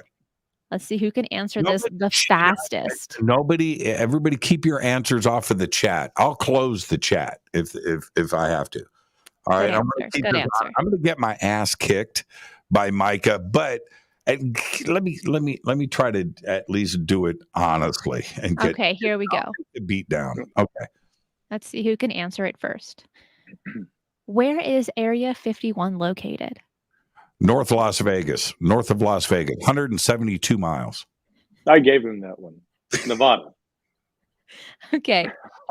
During World War II, U.S. pilots began reporting odd balls of light or shiny metallic spheres that could fly circles around their planes. What were these UFOs called? Foo Fighters. Russian hail was the first term, I believe. Yeah, you know, you're right. So we're going with Swedish meatballs. Yeah. I got to actually give that to Jimmy. I mean, Foo Fighter was the first term for them, but yeah, Russian hail, they were known by a number of other things as well. Fuhrer ball later, I think, was another proposed technology. Sorry, go ahead, Kristen. Django, thank you so much. Well, we are going to go with the answer of Foo Fighters. Okay, moving on. Micah, you're losing here. Okay. Around the time of the solar eclipse of July 11th, 1991, what city experienced a wave of UFO sightings? Mexico. That's not a city. Mexico City. You meant Mexico City. Yeah, I'm going to go with Argentina, but I know it's Mexican. Yeah, go ahead. Mexico City. Okay. What organization was founded on May 31st, 1969 to investigate UFO phenomena? APRO. Oh, yeah, APRO. MUFON. Oh, MUFON. It's MUFON. From APRO. See, if you get a disclaimer, I get one too. No, you don't. Okay, name three. This one's a 3-part question. Okay. Okay. Name 3 cities that make up the Alaskan Triangle. Yeah, since Argentina is not a city, and that's one of my responses to a presumed question involving a city, I'm going to have to actually go with real cities this time. Let's see, the Alaskan Triangle. Mm-hmm. Yeah, I don't know the northernmost city. That's the tough one. The top of the triangle. So what are the other 2? I mean, Anchorage, presumably, and then Fairbanks. And then it's the northern city. No, I don't think it's Fairbanks. It's not Anchorage.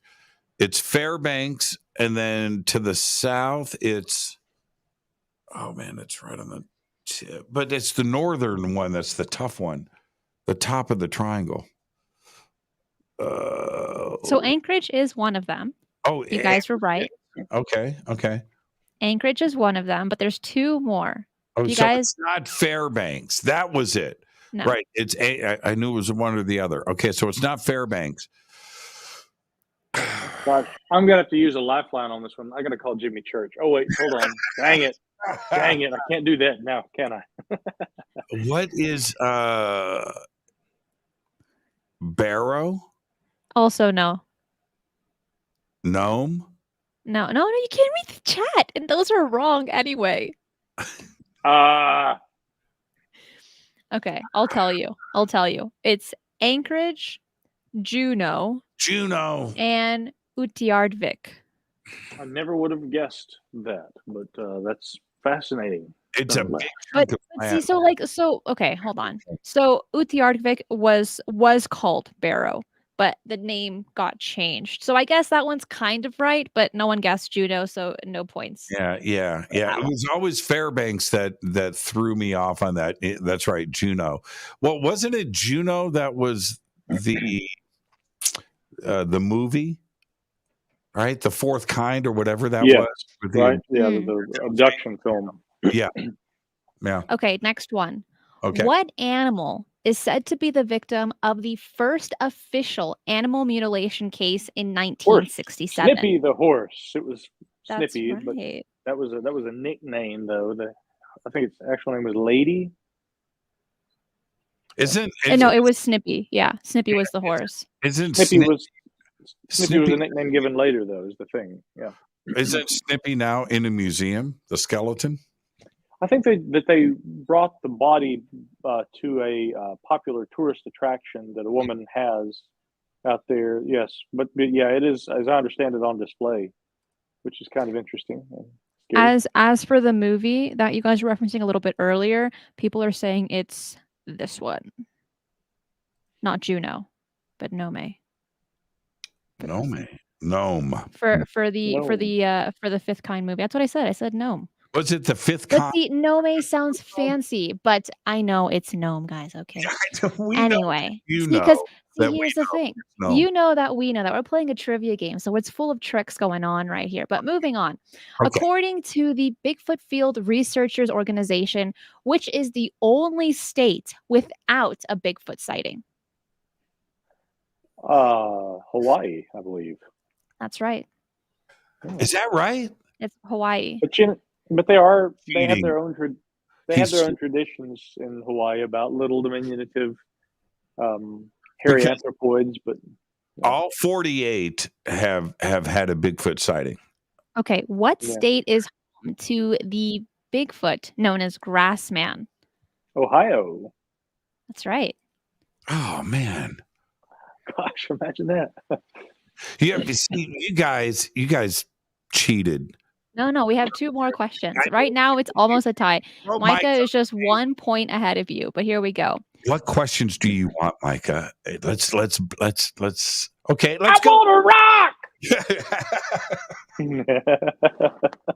All right. I got two more cracks at this. Two more. Yeah. Okay. Name at least 3 triangles aside from the Alaskan triangle, like places, locations that say there are weird hotspots. Okay, Bermuda Triangle, the volcano triangle of fire, Bridgewater Triangle, Devil's Triangle.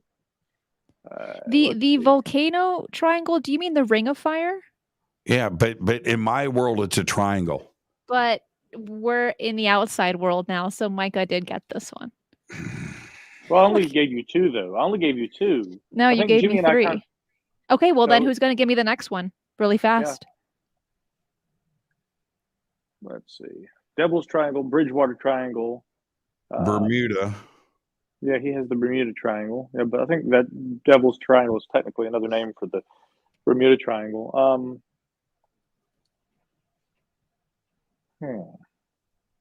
Isosceles Triangle. I was gonna go right. I was gonna go right triangle. Okay, what's the third? We both blew that one. Well, you also Skyhawk says also the Dragon's Triangle in Japan. Right. Yeah. Okay, you've heard of that? The Emerald Triangle, says Al. Okay, but no points for that one. Here's our last question. And right, Jimmy, if you get this one right, it'll be a tie. If not, Micah will win this game. Uh-oh. Okay. When are we getting the new UAP report? When are we getting it? Oh, this is, how do you give an answer to this? Look. You know what I'm going to say? Okay, Micah, I'm just going to piss everybody off, but I am going to say 7th month, July 2023. Wow. That's far. I am going to guess that we will see it sometime in late January 2023. Are you going that soon? Yeah, I am. there is. What is that? Real money? Is that real? Django, thank you so much. It says stoked after press call today. Don't you think likelihood of disclosure is greatly increased after NDAA 23 is signed by Biden on December 30th, giving everyone cover with whistleblowing, etc. That's why.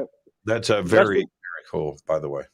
And thank you yeah. so much, Jano. There is one reason that I think that report's probably coming maybe early next year, which is terribly late. Let's just point out, but a few people and John Greenwald of the Black Vault recently tweeted this. He'd said that his ongoing mandatory declassification review request regarding this issue had the latest update that he got basically was that they said it's with senior leadership. It's with senior leadership, and he also said that. Maybe you were going to mention this, that this was information coming at him from those that are not involved with the report itself, that they were just sharing this little nugget out there. What that does to me, I'm back to you, Micah. I just don't think anybody gives a crap right now. I don't think there's a sense of urgency coming out of Washington with this, not like what we had last year. And that might be good in the sense that that could indicate that they don't see a pressing concern, apart from the fact that, in the instances where Julian Barnes, your old buddy, talked about the UAP that seemed to be representative of, foreign surveillance platforms. The other things, exotic though they may be, strange though they may seem to be, those don't seem to be as pressing a threat as, for instance, the annual China military power report that just came out that's showing what China's military has, been up to. You look at the ongoing situation in Ukraine, any number of other circumstances. But the NDAA, when that's passed into law, and when that bill, of course, every single year goes into law, with its new UAP provisions, is that going to make for some interesting potential developments? It does make, in accordance with law and by direction of Congress, it makes it more easily. It's easier for people who have been involved potentially in UAP programs in government to come forward and talk about this and have the necessary protections to be able to do so. But let's also point out that last year, with the fiscal year 2022 NDAA, by the way, that's the National Defense Authorization Act for anybody wondering, when it passed, Congress directed, the Pentagon and ARROW, as it's now called, to give a report on when October 31st, 2022. And we didn't get it. So again, they've been a little slow on the draw. I'm not so sure that necessarily legislating about UAP is going to get more action. We've already seen that, if anything, they move at the pace in Washington that they wish to, based on their priorities and other concerns. So we'll wait and see, but my guess is going to be late January. Now, the problem is, I presume, Cristina, we don't know the answer to this question. So how are we going to award a point for that? I was waiting to see who actually worked for the government. Yeah, that's a good call.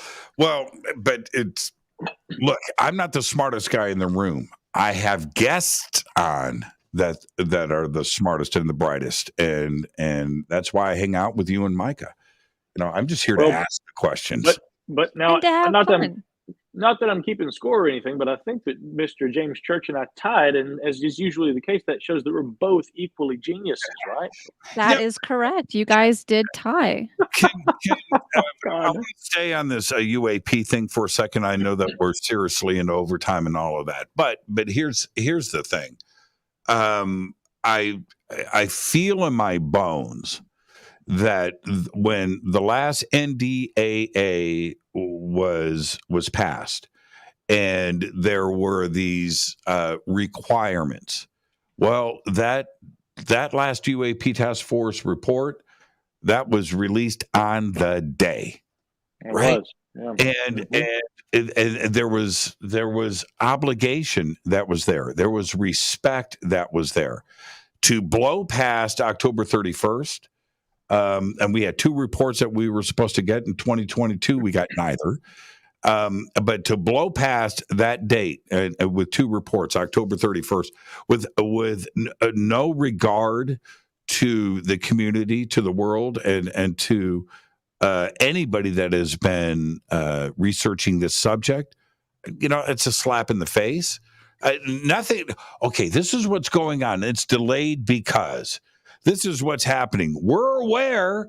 We've drafted it. This is what's happening. Nothing, right? And that's wrong. So when I say July of 2023, I think some more pressure has got to get applied. But I just don't think it's just going to happen because people are in a good mood and they feel no. That was October 31st. So yeah, I think it's going to be a while. Yeah, could But be. either way, I am excited to receive it, even if it, what people would classify as a nothing burger. They promised us a report. I'm expecting a report. Shaq, thank you so much. It says, hello, Fandango. That's funny. Thank you so much. And I would like to say it's actually so cool that we have viewers watching all the way from Norway. So I'll definitely make sure to add like mutually add Norwegian subtitles and about 30 other languages to every show right here on this channel, besides the YouTube automatic subtitles. So it'll be thank you so much for that. But that is all the time that we have for today's show. Micah, Jimmy, thank you so much. Micah, where can people find you online and where can they find your shows? Well, of course, everything I do is at micahhanks.com, and you can also follow the original reporting by the fine folks at The Debrief at thedebrief.org. And occasionally, if you're lucky, you might catch me also on Fade to Black with Jimmy Church. Micah, you're the best, man. Happy holidays, my friend. Can you guys believe today is the 16th? Christmas is in Christmas Eve is in 8 days. Dang. Indeed. That's crazy town, man. So It is the season.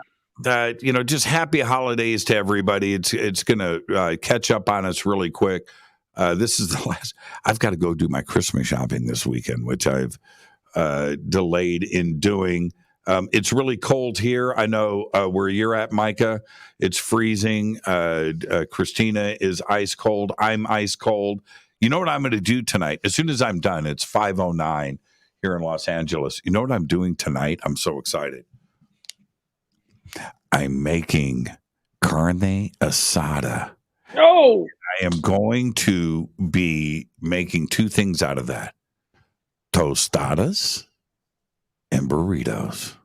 Oh, and that's what I'm doing tonight, man. I got the rice, I got the beans, I've got the sour cream, I've got everything to go with this. I got the right cheeses, I've got some really good tequila, I've got a couple of friends coming over.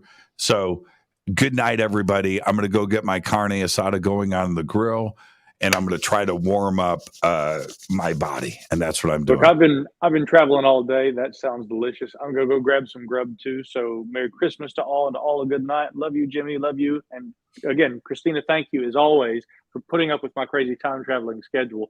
Better late than never. Glad to be here. So love you both. Merry Christmas, and all you guys out there. Thanks for being here with us. Thank you so much, guys. I really appreciate it. And I would like to mention that all of their social media links are below where you can listen to their shows as well.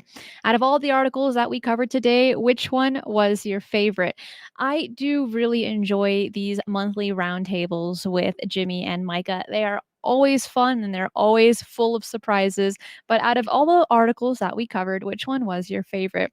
I think for myself, I found the Grinch one very funny, where he was giving out onions to speeders and making them eat them so that they don't have to get a ticket. I would not want to be in that predicament. That's for sure. But what about you? Which one was your favorite? I would like to mention that next week on Shifting the Paradigm, our guest on Tuesday will be Kelly Chase. So you don't want to miss that. And shows are still chugging along while we are getting closer to the holiday season. If you are listening in a different country, like I had mentioned earlier, these shows, if you click on the subtitles, there are 30 other languages there alongside Norwegian, which again, I'm very shocked that we do have several Norwegians here in the live chat. That is it for today's show. I'll see you next time. Be safe. And remember, keep your eyes on the skies.